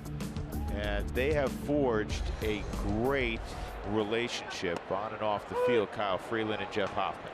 Pretty special when you find out that the Hoffman family invited his parents to come to the baseball game, and here they are supporting their son's best friend, somebody that's their roommate.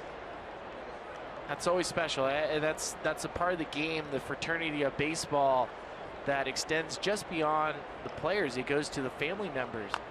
Well, think about the Rockies rotation right now. John Gray, first-round pick. Tyler Jeff Anderson. Hoffman, first-round pick. Jeff Tyler Hoffman, Anderson, yep. first-round pick. And then you go to Bettis, second-round pick. You go to Chatwood, second-round pick of the Angels. Kyle Freeland, first-round pick. And then from Latin America, Marquez, who came in the trade for Corey Dickerson from Tampa, who is extremely well thought of. And Antonio Senzatella has dealt with an injury this year, kind of tired shoulder, tired arm a little bit. The Rockies have stayed away from Senzatella, but we saw him in spring training. He is really advanced beyond his years. Rolando Fernandez and his group in Latin America getting him, and this is on the ground to first. Rizzo will run to the bag in front of Adames. Rockies finally get a hit. It's a home run from Nick Hunley. And as we move to the sixth inning, it's 7-1 Chicago.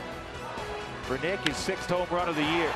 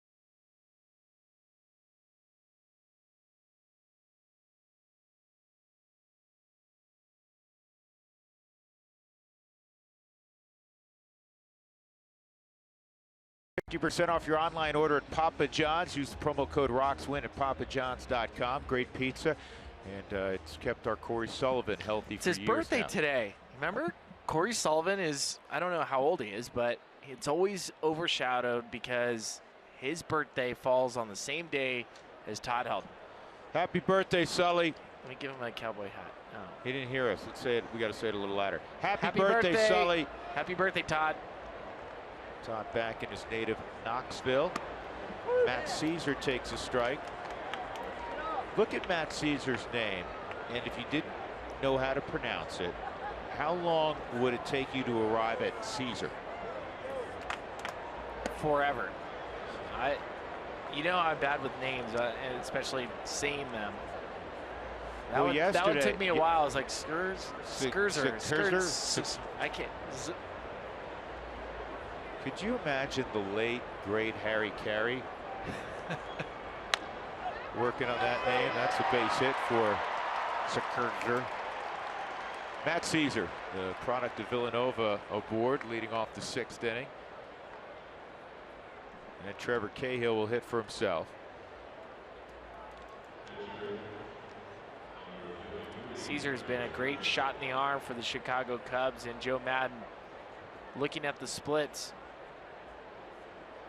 Early in his career, they thought he was just going to be a platoon type player, face the lefties, but his splits now are showing that he can play against righties. The way Jason Hayward's been playing and how well Jorge Soler has been. The team is better with Caesar in left and Soler in right for the time being. Yeah, I just realized this, and hopefully it's a moot point. But as good as Montgomery was, if the Cubs hang on, he doesn't qualify for a victory because he went 4 1/3. 4 1/3, allowed 1 hit, 1 run. Struck out 5 and walked 2.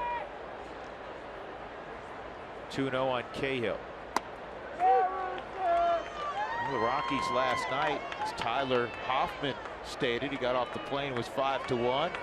Next thing you know, it was 5-5, and the Rockies won in 11 innings.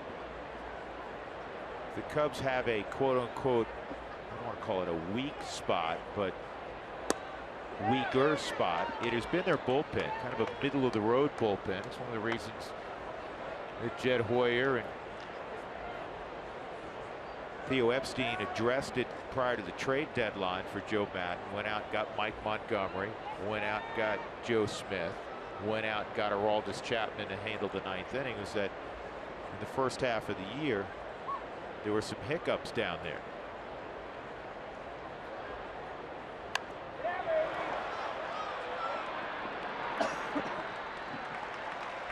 Rayburn goes to Russen. 3-1 on the sac bunt. Caesar at second with 1 gone. That'll bring up Dexter.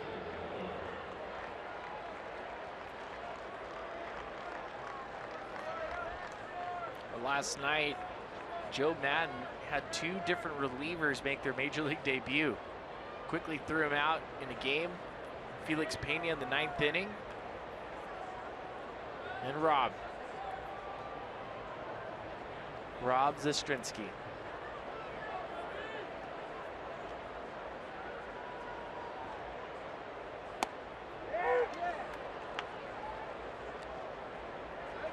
Oh, 0-1 on Fowler.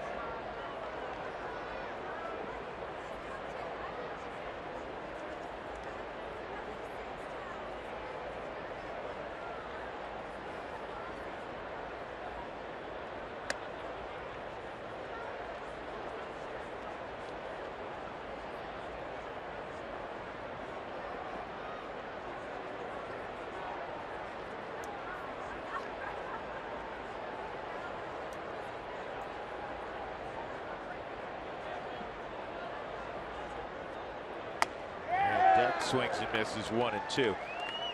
We've discussed the last couple of days about the big crowds that the Cubs attract everywhere they go, and especially this year, as well as they're doing. How about this? The Cubs are 10,685 and 10,175. Huh?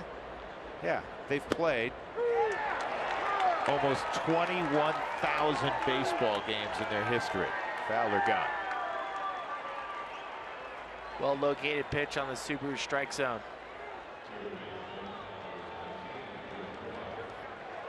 Two outs. That'll bring up Bryant. Bryant an RBI single in the 4th, and then a 3-run home run in the 5th to chase Jeff Hoffman. He hit a 3-1 pitch. Fastball out over the plate. He hit it 469 feet. 4 RBI day for Bryant. He's got 83. And the home run is 31st. He moved 1 in front of Nolan. Rockies have been out hit 10-1.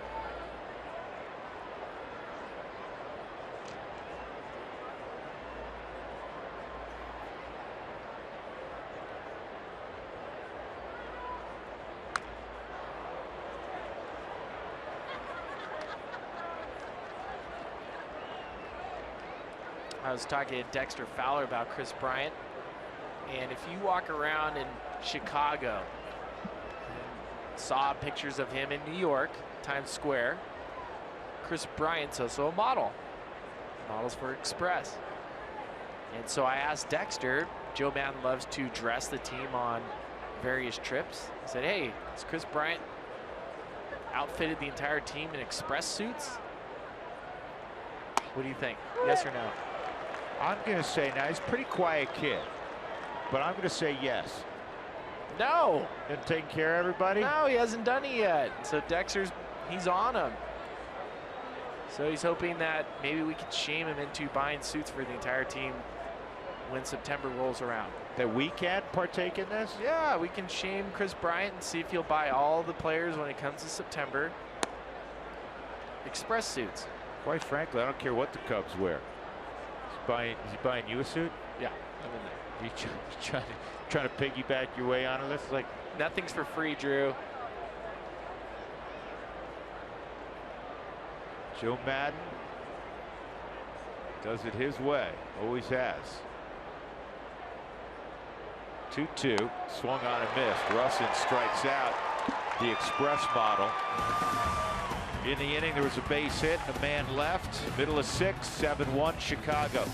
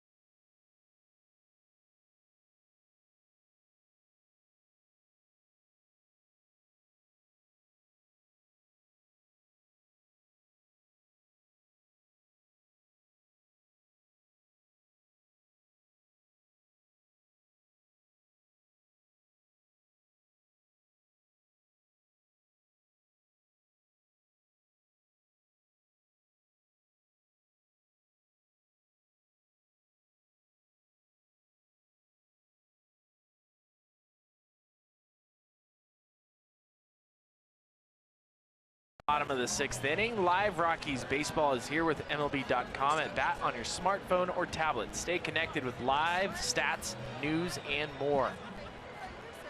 Beautiful up in the rooftop tonight. Just a perfect night. I mean, gorgeous, gorgeous evening. Middle game of a 3-game set. The Rockies won in 11 last night, 7-6 after an initial 2-hour and 10-minute rain delay. Drew Goodman, Ryan Spilborghs, Mark Stout, Trevor Cahill starts at Chris Russen with a pitch on the outside corner for strike 1. Rockies have 1 hit. It was a home run last frame by Nick Hunley. And now they have 2. Russen. I'm really impressed. We always say this by how he swings the bat.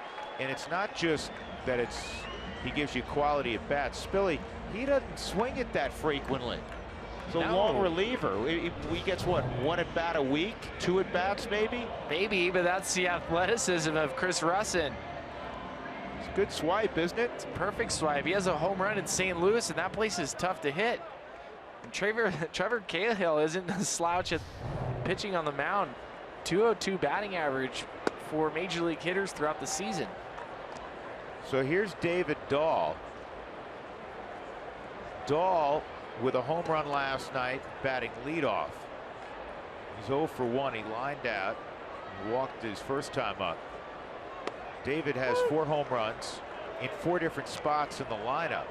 Did you know that you hit a home run, I think, in 5 different spots in the lineup? Of course I did. Come on. I know all my numbers. Just trying to make you sound humble. I guess I failed in that endeavor. I didn't do it as a rookie, though. You did it over the period of time that you were a big leaguer.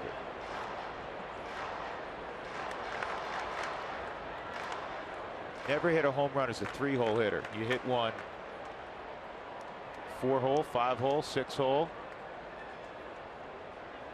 Oh, come on. I had to have had a home run as a 3-hole hitter. I don't think you did. I just don't think it was during that season. That was my favorite thing, was whenever Clint Hurdle would throw me in the lineup, hitting third. That was a thrill for me. You see your name batting third in a major league lineup? I wanted to steal the lineup card. Yeah, I have one. 2-2 foul off. Do you have one? Yeah, for sure, because it was, you know me, it's more bragging rights than anything else. It's not like it was a memento for some special game. It was just, hey, I'm hitting third in a major league lineup. Hey, listen, that's pretty cool. Yeah. I also have one where I'm batting ninth. I have that lineup card. 3-2 on Dahl. Spilly, you hit one as a leadoff hitter. You hit one in the 2-hole. You hit one as a cleanup hitter, as a 5-hole hitter, and also batting 6. So 5 different spots. In one season. 2010. Yeah. This ball's pulled toward the hole, and David Dahl with a base hit. Look at Russen go. Long striding it into third. Watching him run the bases, I forgot he's a pitcher. Dahl with another hit. Now the Rockies have first and third, nobody out in the 6th inning. All you're trying to do at this point is get it close. Keep adding runs, make some noise. Chris Russen, with Anthony Rizzo behind him, is going to be able to get to third pretty easily. But David Dahl, quality at bat again. Leadoff hitter, doesn't matter where he's in the lineup, he can flat out hit. LeMahieu, a fly ball to deep center and a walk. Nolan on deck, Cargo after that. Rockies down by 6 runs outside.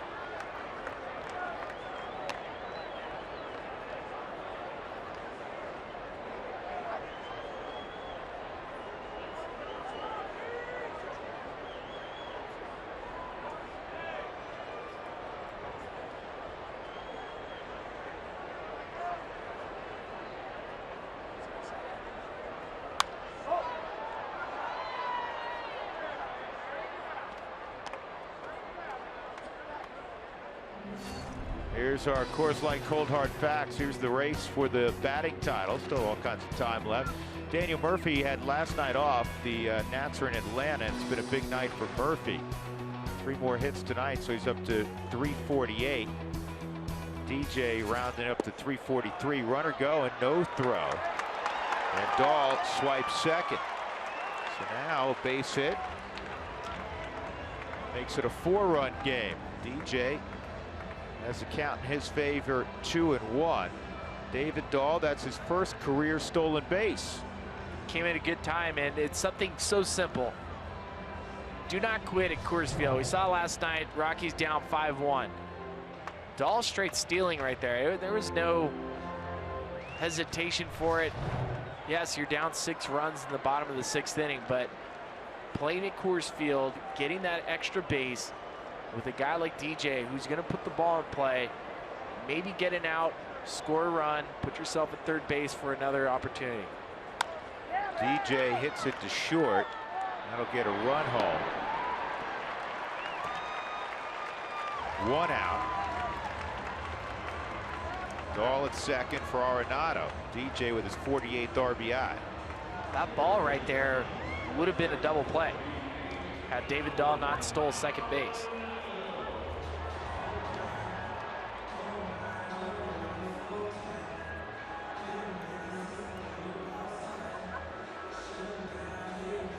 Nolan, a ground ball to short and a strikeout.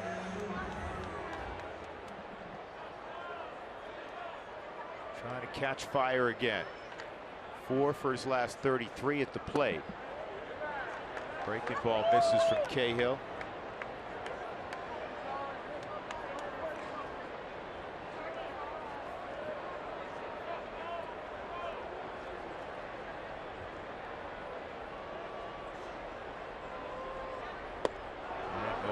Front, 1-1. Cahill has a super sinker, good changeup, and a good curveball. In 2010 with Oakland A's was an all-star. Sub-3 ERA, 18-8 that season.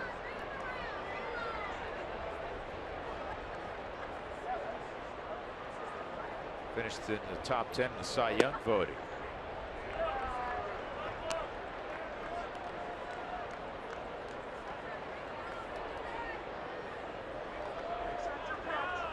Cahill pitched for Team USA in the Olympics in Beijing in 2008.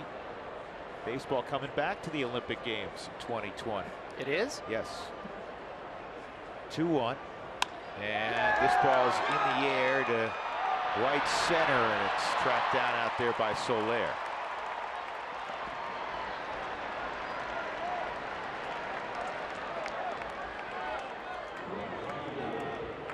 Two outs. Cargo coming up. Cargo nothing for 2. A strikeout and a little flare to short.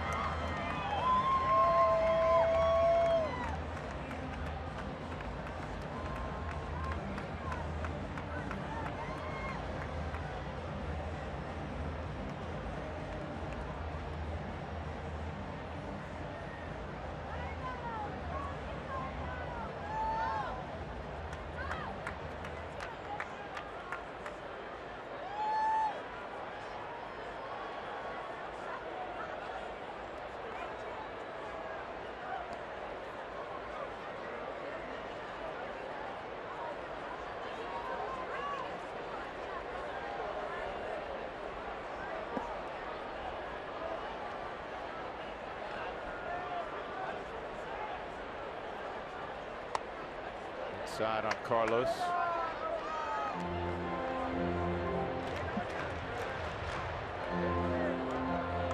Cargo in his career, .340 hitter with 13 home runs against the Cubs. Look out, Ewai. Ewai, you've always known Ewai is a smart guy. Look where he is standing.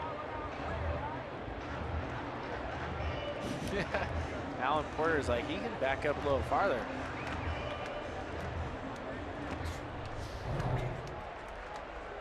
Like a bullfighter. Olay. Most the left-handed version of Giancarlo Stanton. You're not gonna stand anywhere in the neighborhood of where you don't have enough reaction time. Not as hard as these guys are hitting the baseball.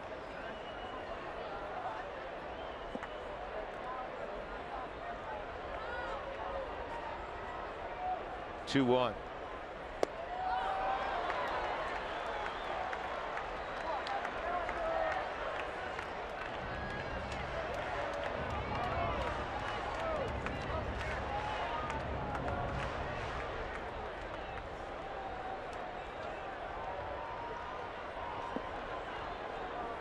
Dahl at third with 2 outs.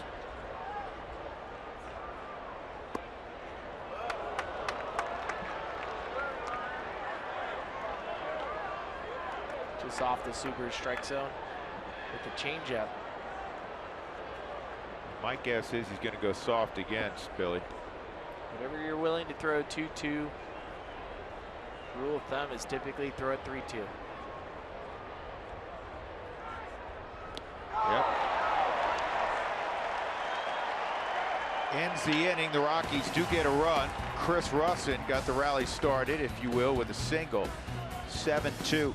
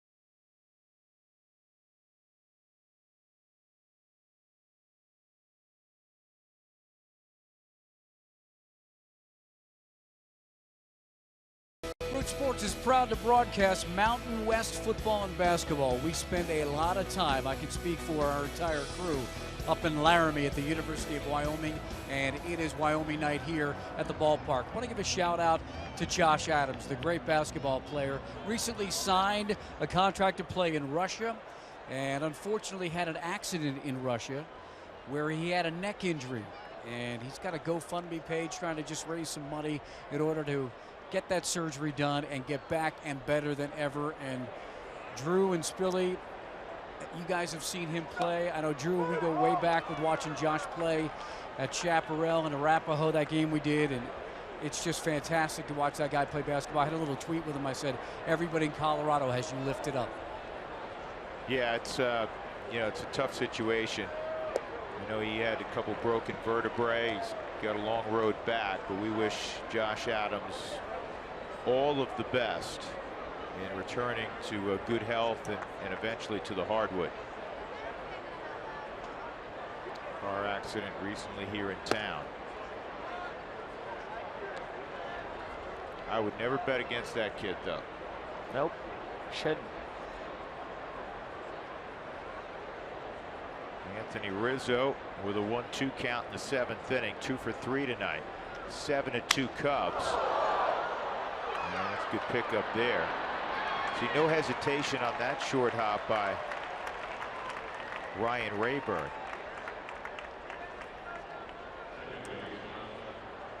Ben Zobrist, switch hitter, in from the right side. Zobrist an RBI double in the 4th against Jeff Hoffman. If you're just joining us, Hoffman went 4+. 7 runs, 6 earned, 6 hits, a walk, and 2 strikeouts. All of the damage came in the 4th and the 5th. First 3 innings were outstanding.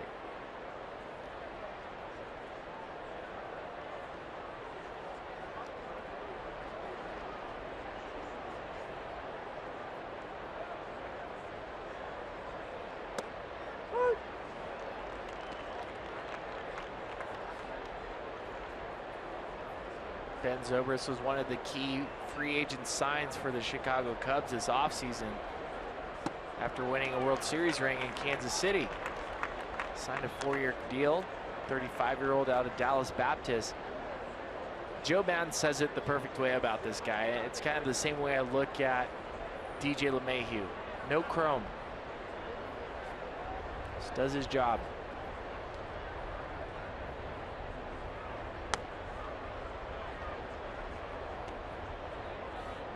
Good player.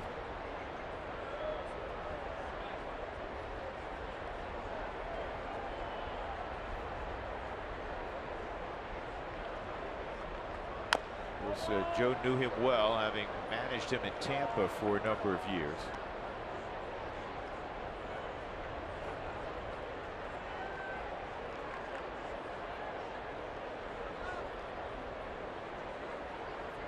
Whenever you have a guy, for me, that you look at and you say, all right, he's got over 100 home runs in his career. He's got over 100 stolen bases. He's got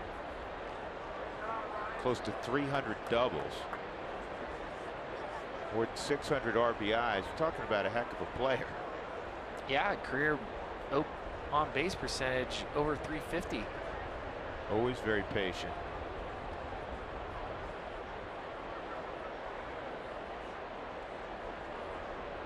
Got a couple seasons, 3 of them exact, that where he walked more than 90 times.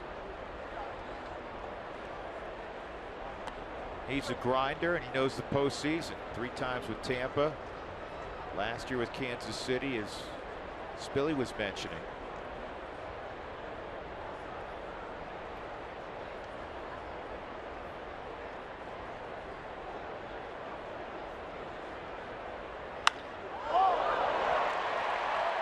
And Russen was angry with himself. He left that pitch out over the plate. 1 out single for Zobrist. He's 2 for 4. And Addison Russell will come to the plate.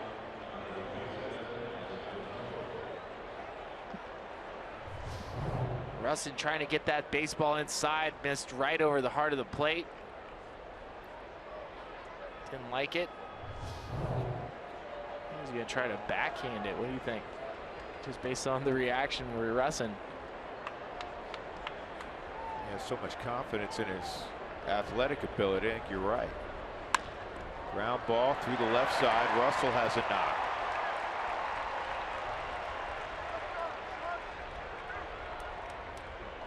Their offense has been methodical tonight.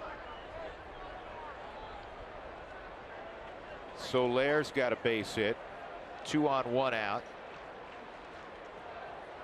Walt, in a perfect world, would love for Russen to get through this inning unscathed and then hand it off to somebody else. This will be his 4th full inning of work if he's able to navigate 2 more outs.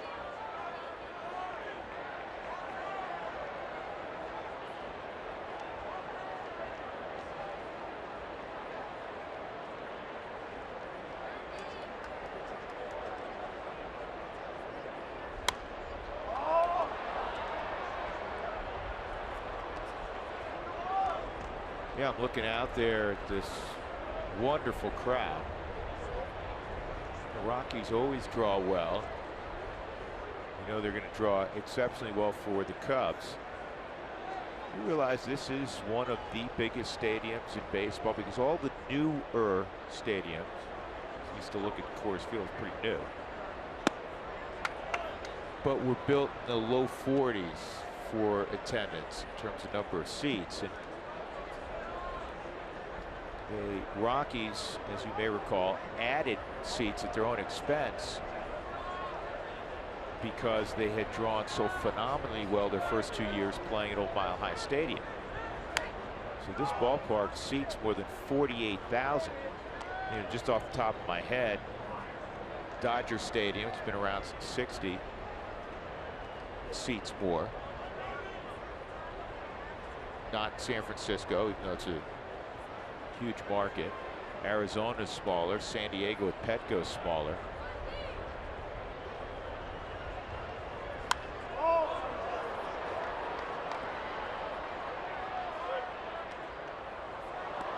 You know, the Coliseum, but they block out for Oakland. They block out so many seats because they're never going to sell them. So like Yankee Stadium probably can hold about 48,000. Yankee Stadium's close.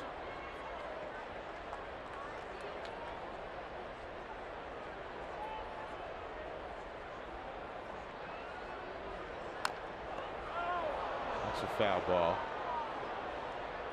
Officially, Dodger Stadium 56,000. Number 2's the Oakland Alameda County Coliseum 55,945. Again, they block out a lot of seats. Yankee Stadium can hold 54, and then Coors Field is 4th largest. It can hold 50,445 if everybody works out in the morning.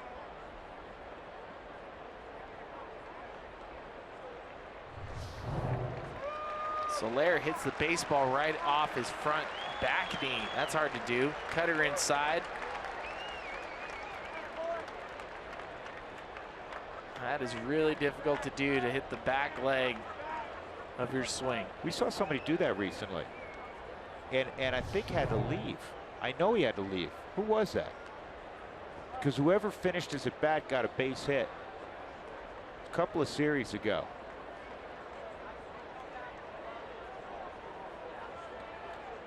I will find it.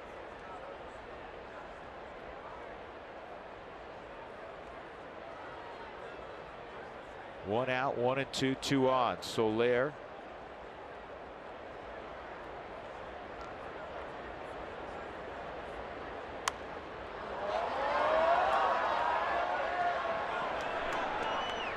It's going to land on top of the Rockies dugout.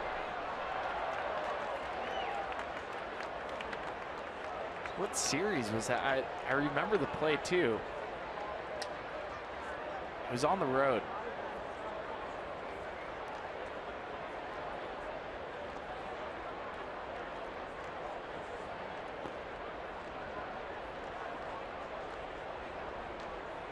Either way, it doesn't happen too often. We see a batter foul the pitch off and it hits his back leg.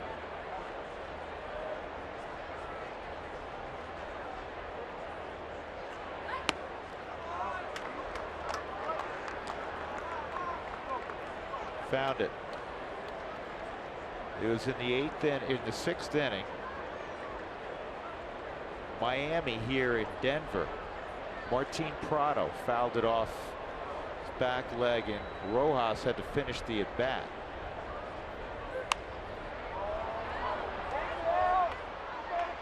DJ will move back and make the play. Soler retired. 2 gone. That'll bring up Miguel Montero.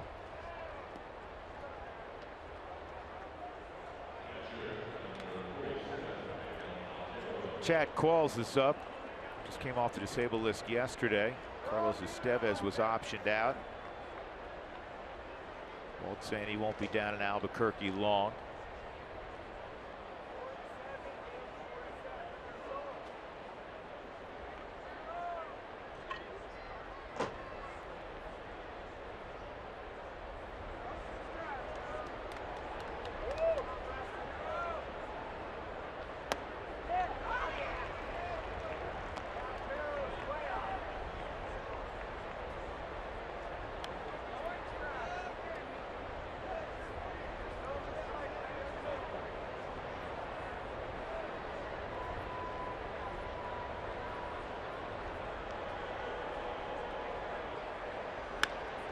Ground ball through the vacant area on the left side. Montero's going to have his 3rd RBI.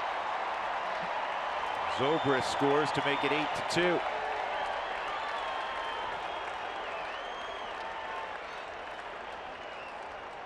Montero 2 for 4 today with 3 RBIs needed for him. You can see the shift. Adames on the right side of second base.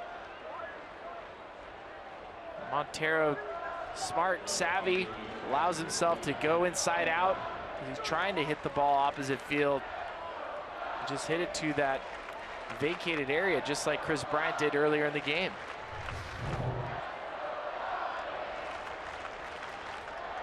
So far tonight, the shift has costed the Rockies several runs.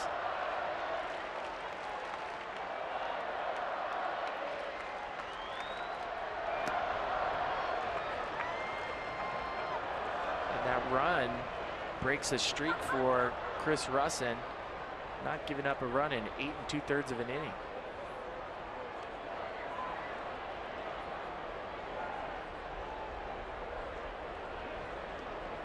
Caesar a base hit, 3 trips, 8 runs, 13 hits for the Cubs. The Rockies have 2 runs on just 3 hits.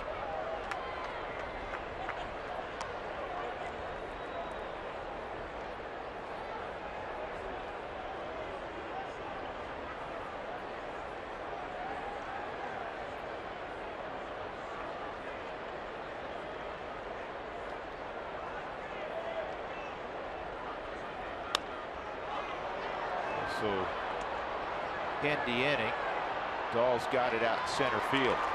There were 3 hits and a run in the 7th. It's 8-2 Chicago.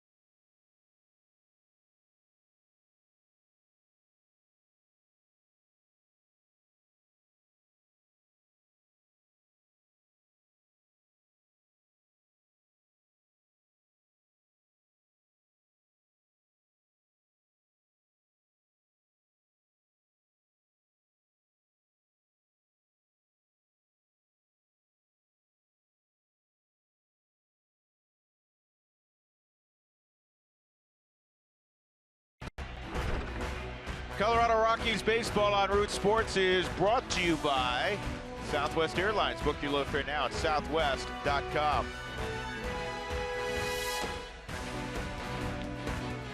Busy night in Lodo. The Rockies trailing 8-2 in front of a sellout crowd at Coors Field. Starting to get late in the evening. We go to the bottom of the 7th inning. Rockies will have Ryan Rayburn, Nick Hunley, and Gerardo Parra. Rockies didn't get their first hit until 1 out in the 5th inning when Nick Hunley went deep against Mike Montgomery, making a spot start. Just got the announced crowd, 48,113. Third sellout for the Rockies this year.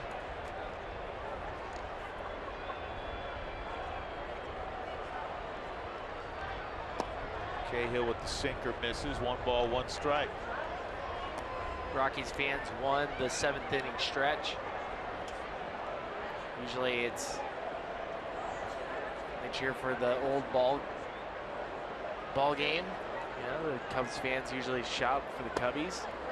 Tonight the Rockies were very vocal. Always like hearing that. Rayburn, a ground ball to short and a pop to short. 2-1 outside.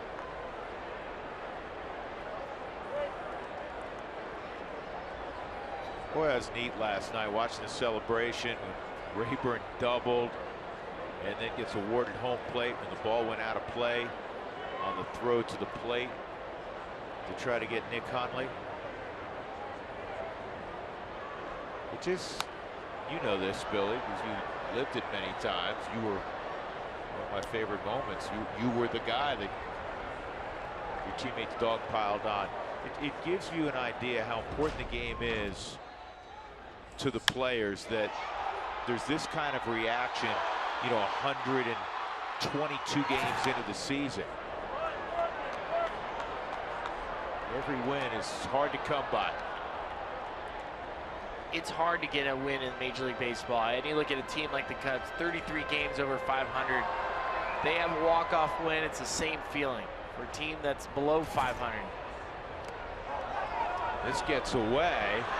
Montero, pretty athletic play by Miguel Montero to get Rayburn. Strikeout, 2-3 on the putout. Well, one of the more athletic plays you'll see a catcher make on a strikeout. The ball kicks up off of the netting, and he's able to come run it down. He's not even to the netting. It goes popped straight up. I think he catches it, does his best Nolan Arenado impersonation behind the plate.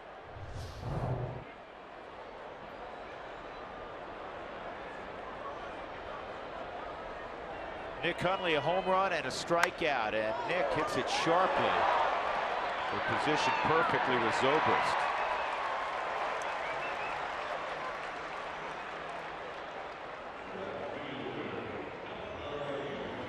Fans, the first 15,000 through the gates on Sunday, September 4th, will receive a Carlos Gonzalez bobblehead. That one's sweet. Holding up the Venezuelan flag.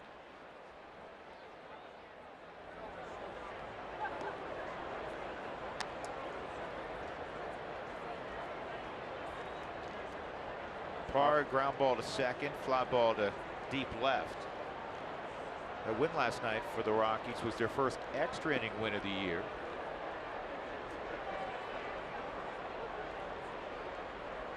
Parra 0 for 5 last night, looking for his first knock of the series.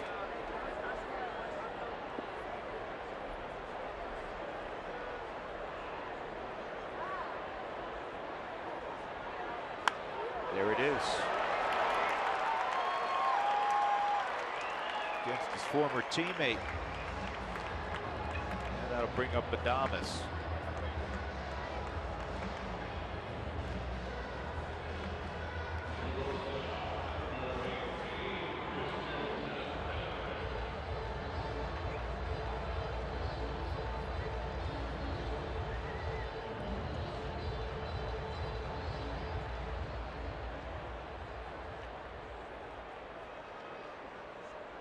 Adames had a pinch hit at bat last night, batting from the right side, earning himself a hit. He was 3 for 20 with that hit last night. Tonight, 0 for 2.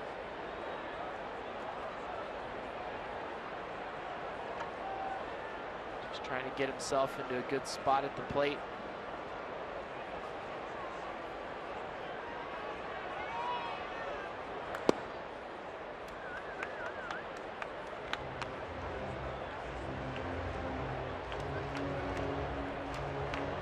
Montgomery getting that start tonight didn't hurt the starter numbers for the Cubs. They've had the best starting pitching in baseball, 2.85 team ERA coming in among their starters.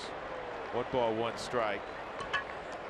And also of late, 12-0 with a 1.48 ERA in 17 August ball games. Well, Montgomery gave up a run in 4 1/3, 1 hit. So he kind of kept the train moving in the right direction.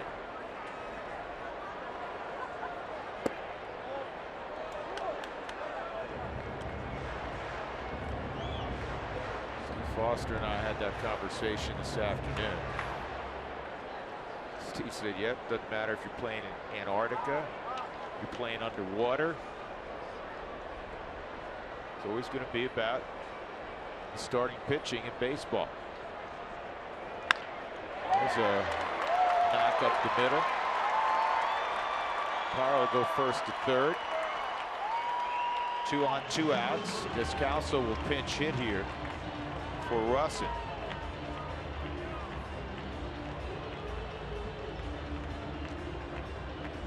I think it's tough for Christian Adames to get going. You look at him and he plays winter ball. And it's also why I think when we looked at him in spring training, why he was in such a good spot. A lot of at-bats during the winter, got himself ready to come to the season. And for a utility player like Christian Adames, you get stuck behind a guy like Trevor Story. You're not going to get those quality at-bats. It is tough to find rhythm and timing at the plate.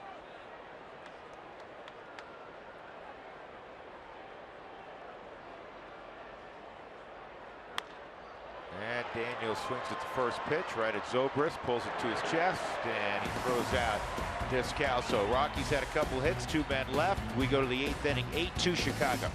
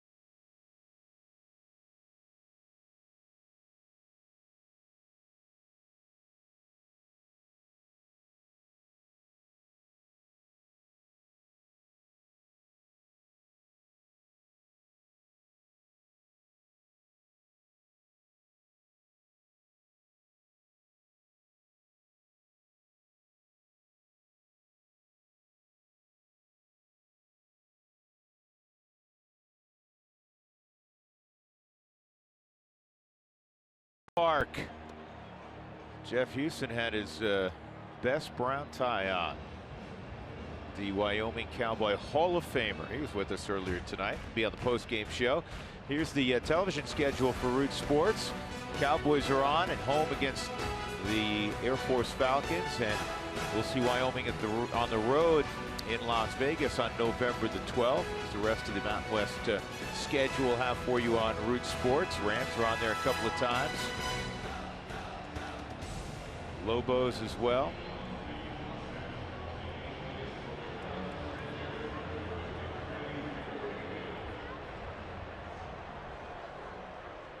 Rockies trail 8-2, top of the 8th inning.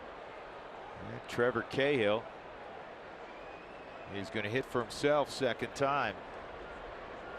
Got a sac bunt down with 2 strikes in the 6th. Chad Qualls is on for the Rockies. This is his first appearance since July the 15th against Atlanta. Rockies didn't put Chad Qualls on the disabled list until July the 23rd. Was dealing with an illness, stomach illness. Over the course of, what was it, 3 weeks, lost about 15 pounds.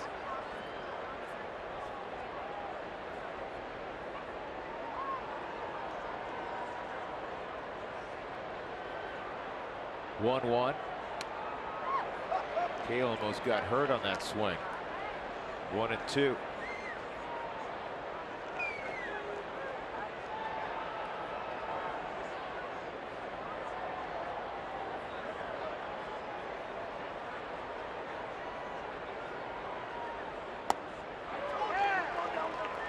One out.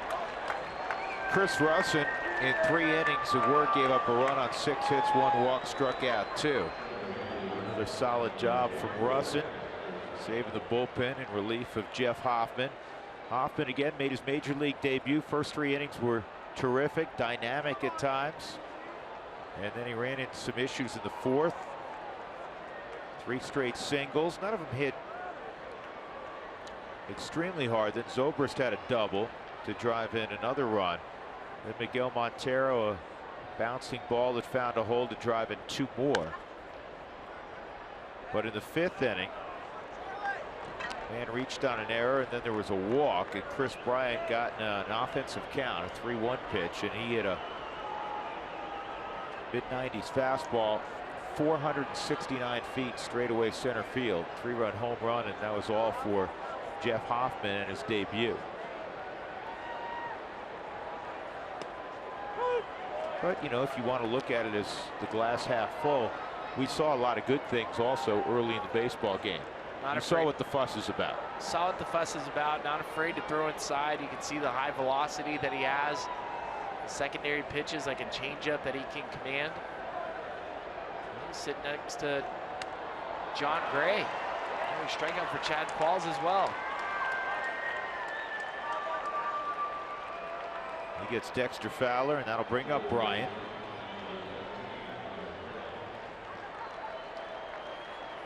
The first 15,000 through the gates tomorrow, August 21st, will receive a Nolan Arenado Gold Glove Minor bobblehead, courtesy of Newmont Mining and Project Cure.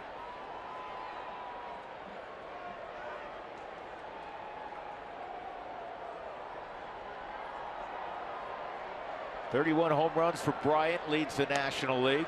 That's on the outside corner. And Bryant became just 2nd Cub ever to reach 30 home runs in either their 1st or 2nd big league season. Ernie Banks, Mr. Cub, hit 44 home runs in 1955 in his 2nd year. Lifted to deep right field, but playable for Carga. 1-2-3 inning for Chad Qualls in the 8th. It remains 8-2 in favor of the Cubs. Rockies left the top of the order. David Dahl when we come back to Coors Field.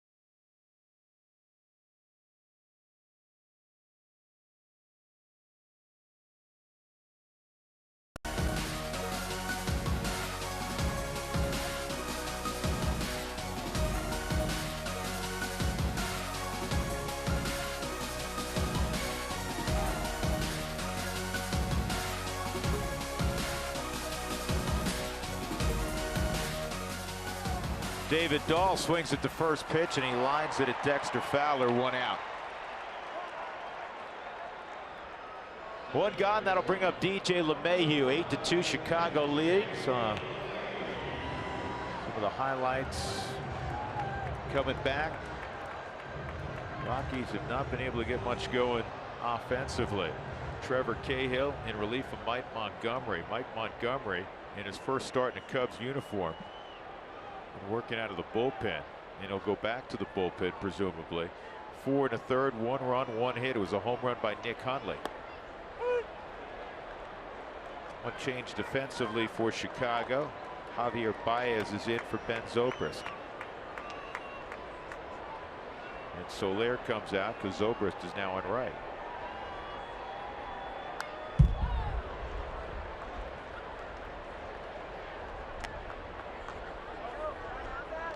LeMahieu drove in a run with a ground ball to short in the 6th. 0 for 2 and a walk.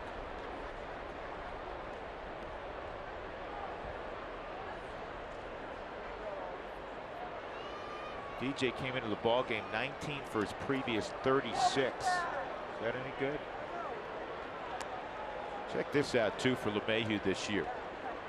He now has 41 extra base hits on the season. His previous high was 32. 25 doubles is a new career high. 7 triples a new career high. 9 home runs, new career high. 53 walks, new career high.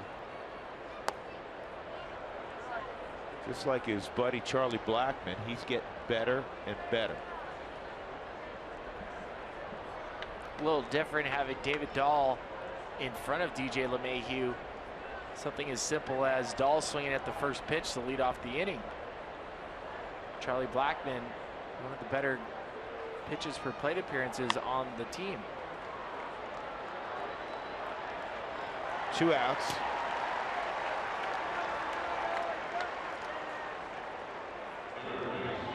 That brings up Nolan. Ground ball to short, a strikeout, and a fly ball to right. Who wants tacos? Fans follow at @RootSports_RM on Twitter to receive alerts for the Rockies taco special when the Rockies score 7 or more runs.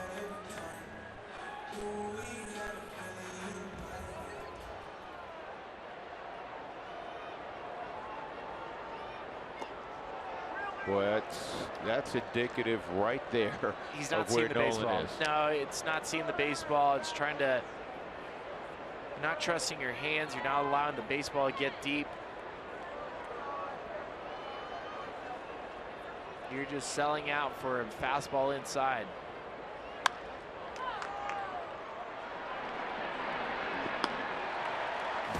One, 2, 3 inning for Cahill. All Cubs tonight, 8-2.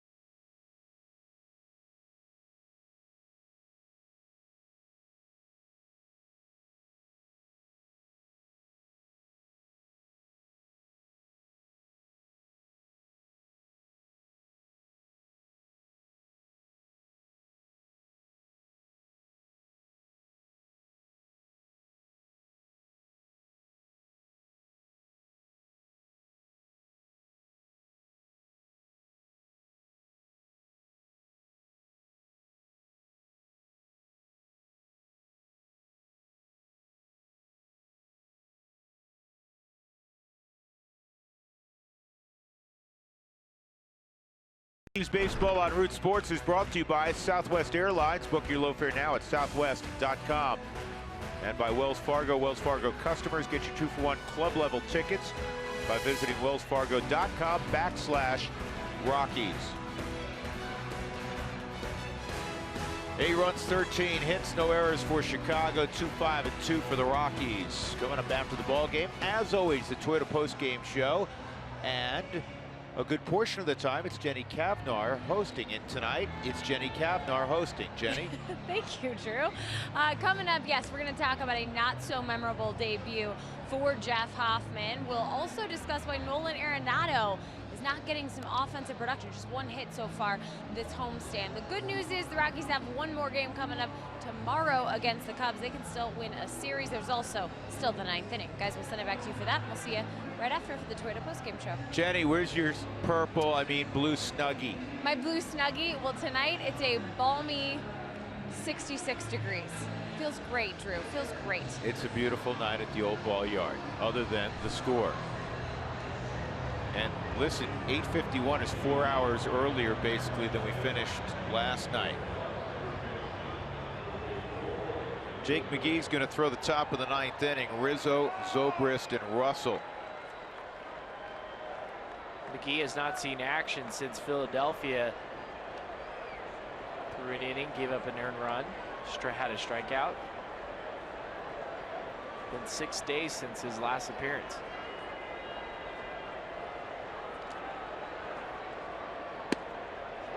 Rizzo tonight, 2 for 4. Rizzo last night was 2 for 5.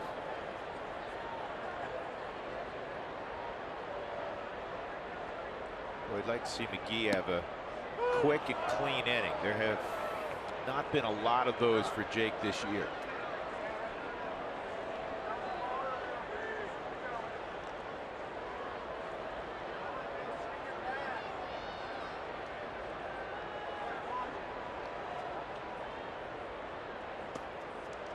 Two and one, or excuse me, 1 and 2.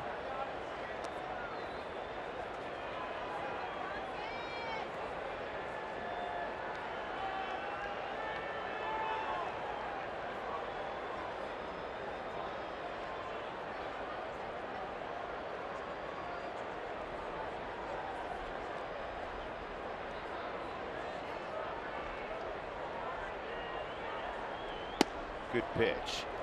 Evidently a little bit low at 94. Right off the Subaru strike zone. Pretty well located pitch, well received.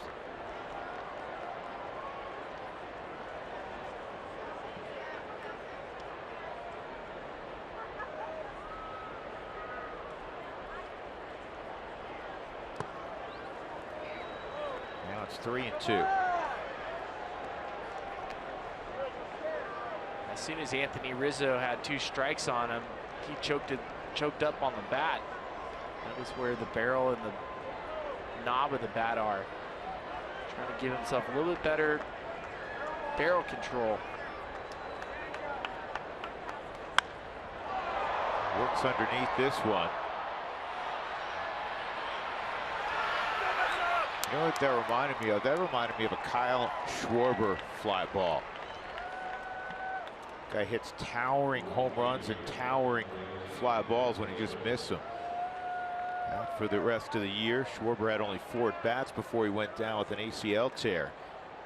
Collision with Dexter Fowler. That was opening day, if I remember right, or second game, wasn't it? It's in the opening weekend. Right. Zobrist a double and a single, and RBI, 2 for 4. Ball 1. Tomorrow's matchup in the series finale, Jorge De La Rosa for the Rockies against the former Rocky Jason Hamill, who's 13-5 with a 2.75 ERA. Ran into him in the hallway. And he looks like Jake Arrieta. Has the beard, long hair. He's not Jake Arrieta. He's got numbers like Jake Arrieta, though. Yep.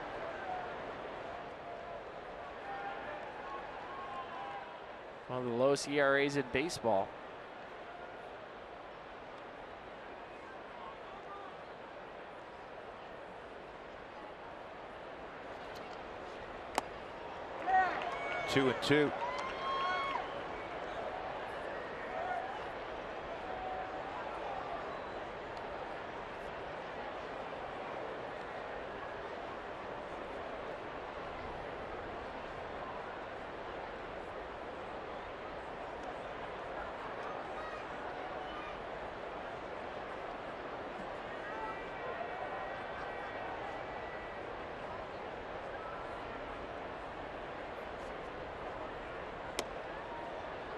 3-2.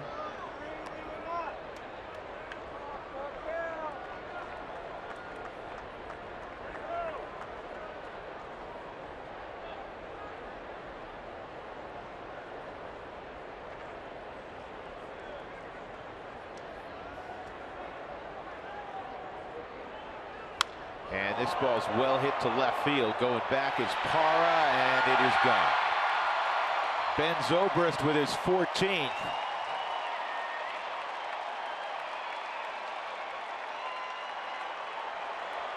Seventh home run allowed by McGee this year in 36 2/3. That's Zobrist's 4th home run from the right side. Former teammate Zobrist versus McGee. They face each other one other time. 3-2 count. Zobrist, keen eye at home plate. Will not chase many pitches, and McGee right off the bat knew it.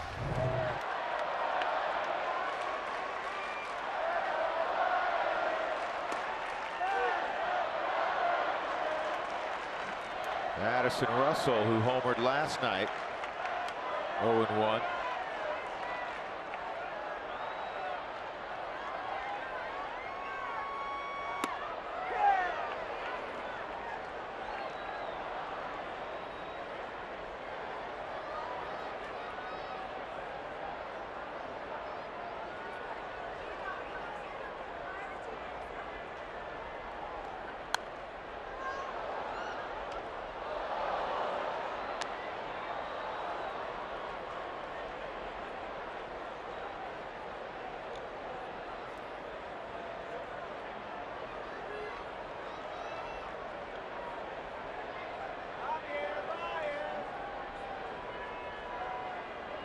One for 3 tonight and a walk for Russell. 9-2 Chicago. Yeah, the Rockies, we were talking about run differential yesterday. The Rockies moved a game over 500. Little 3-game winning streak going, and the game over 500 at home. -1 coming into tonight in run differential at home, which means out on the road the Rockies are +17. When I was looking at the run differential, the Rockies are the only team in the major leagues with a positive run differential with a losing record.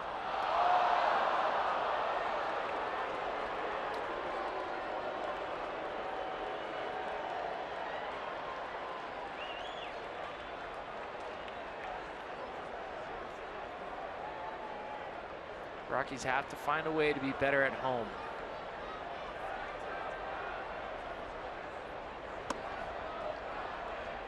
2-2. Something the Chicago Cubs do so well tonight. They have made Rockies pitchers throw 162 pitches.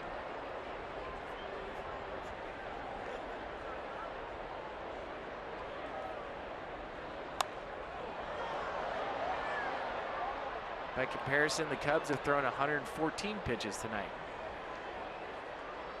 Much more efficient.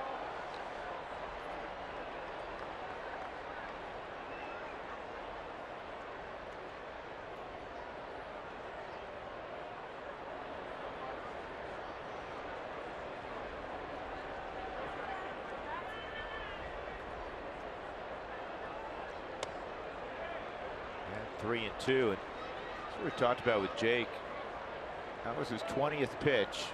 And it's about a 50-50 split. 11 in the zone, 9 out of the zone.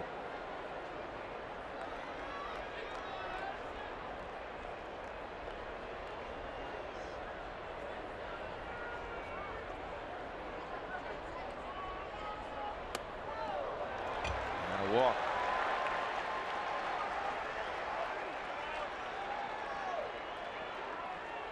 Just has never seemed right this year, and we're just basing it on the numbers and his reputation from Tampa, where he was one of the top setup men last 3 years in the American League. Fewer hits in innings pitched. Strikeout to walk ratio just superb. Fastball averaging 95 plus. Haven't seen really any of that, even when he was saving ball games earlier in the year. And this is not to tear apart Jake McGee, because you know the effort's there and the attitude has always been great. But he labored in a lot of those saves. Jake McGee went on the disabled list with right knee. I believe that was the one, or his left knee inflammation. And I think whenever you don't have your legs underneath you, it's hard to get that arm whip. I think that has been an issue, just like when we saw 2 years ago with Carlos Gonzalez in right field. You have that left knee inflammation for Cargo. That was his back leg, where he couldn't sit on the backside to get the barrel through the zone.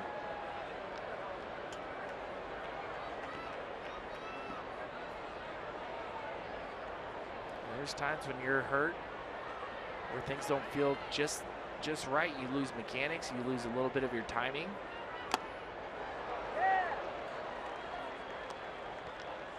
McGee blows Baez away with the 95-mile-an-hour fastball. 2 outs. And that'll bring up Miguel Montero.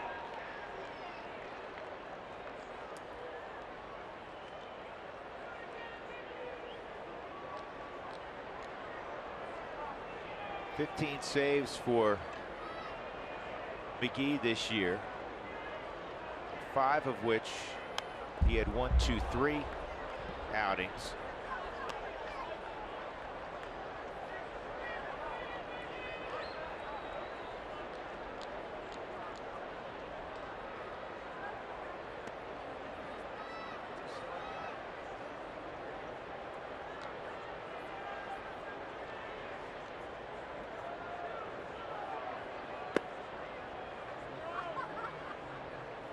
He's given up 7 home runs this year. The last 2 years combined, he had given up only 5 home runs. The most he's ever given up in a season was in 2013. He gave up 8, but that was in 62 2/3 in 71 appearances for Tampa. 1-1 on Montero, who's driven in 3 tonight. 33-year-old fouls it off. It's 1-2.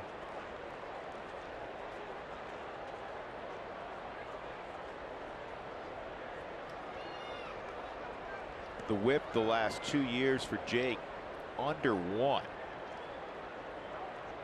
ERA last year 2.41, the year before 1.89.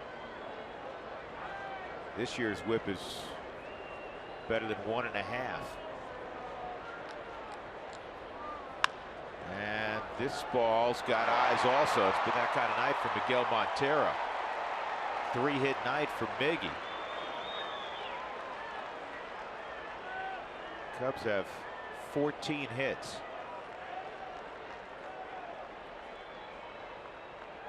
Matt Caesar. That's 15 hits.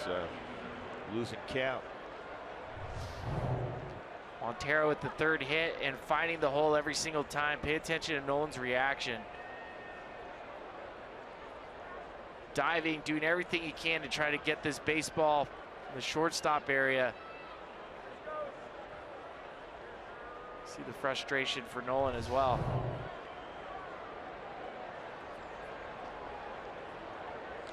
This game could be torture at times, can it? It could be the worst game ever. Many nights I would come home after a baseball game and wouldn't be able to fall asleep. Eats at you.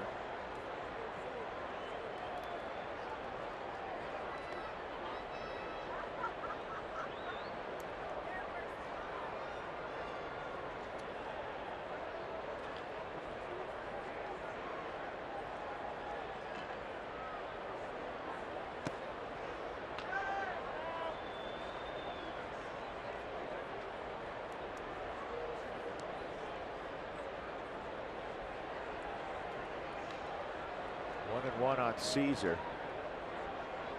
30-pitch inning for Jake McGee in the top of the 9th.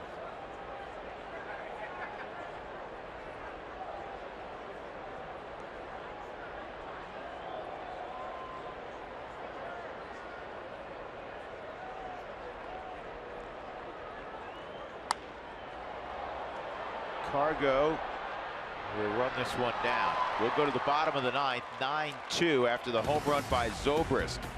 9-2 Chicago.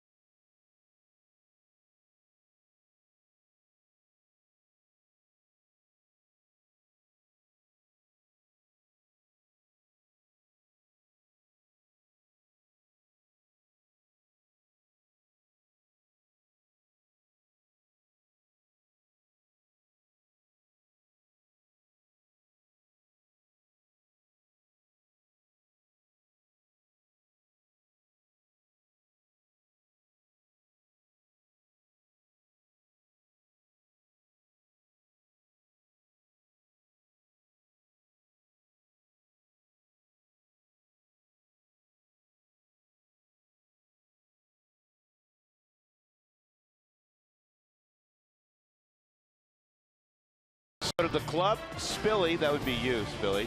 You go one-on-one with Gerardo Parra. Not basketball. Conversation? Yeah. Oh, okay. Plus, we follow the ball as Nick Hunley shows us his unique pregame tradition. And we go behind the scenes as the Air Force Falcon practices for its Coors Field debut. All that and more this week on the club. That's tomorrow after the ball game.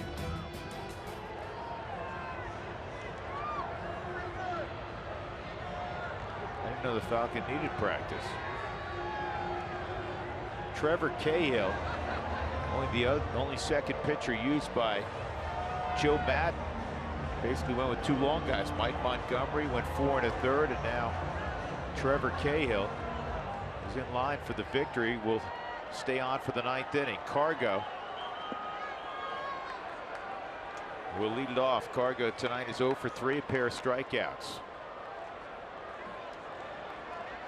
Ended up working out pretty well for Joe Madden. Looking at his bullpen, they were pretty taxed. Every single one of their guys have thrown multiple days up until today.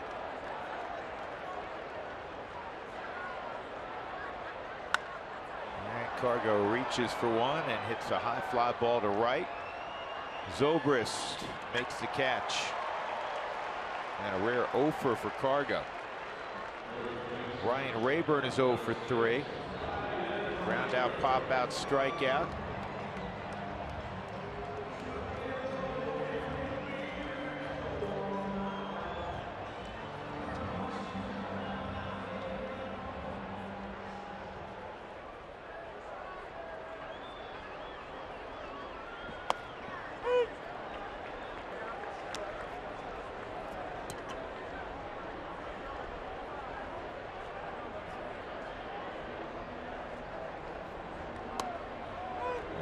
Called strike. 0-2.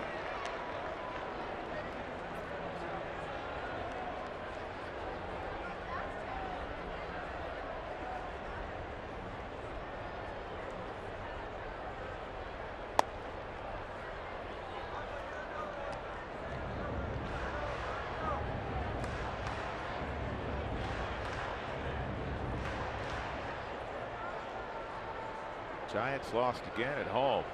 Cespedes came back to lead the Mets over the Giants 9-5. Dodgers in the 8th inning being shut out by the resurgent Reds. They've actually played pretty well in the second half. Reds are up 8-0 at home.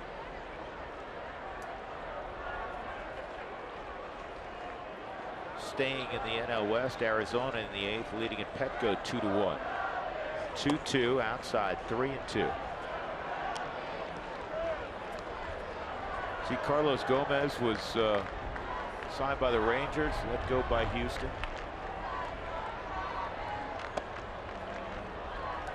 Rayburn draws a 1-out walk.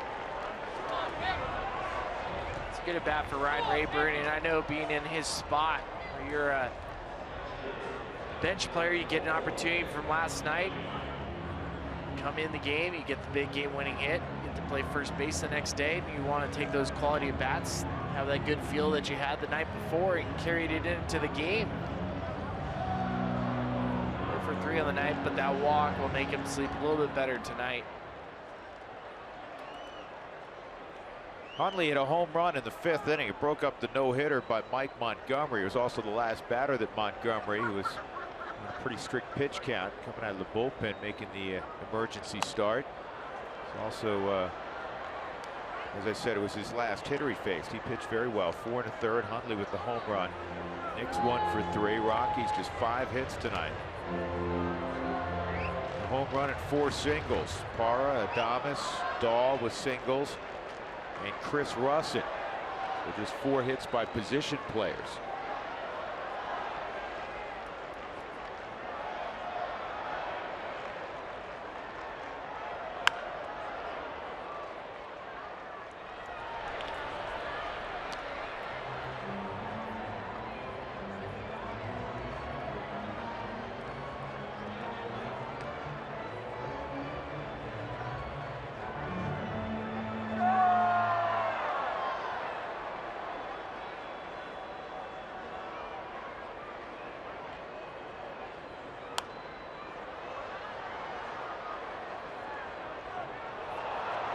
Hunley's a year off of hitting .301 for the Rockies, and he's starting to have that approach that we saw last year. Battled some injuries this year, twice on the disabled list. Nick's a grinder, hard-working guy, good leader, and he knows he went. 2 outs. That'll bring up Parra.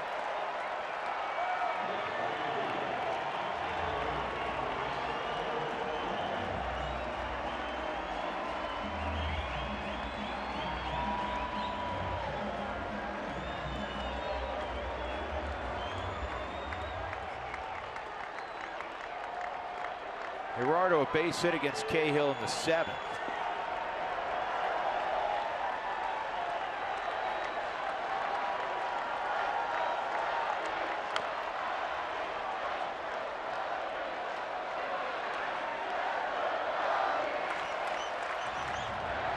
Tomorrow afternoon we'll conclude this homestand. Rockies, unless something really bizarre happens, will fall to 3-2 on the homestand, but still an opportunity to win 2 series against the 2 best teams in baseball coming in.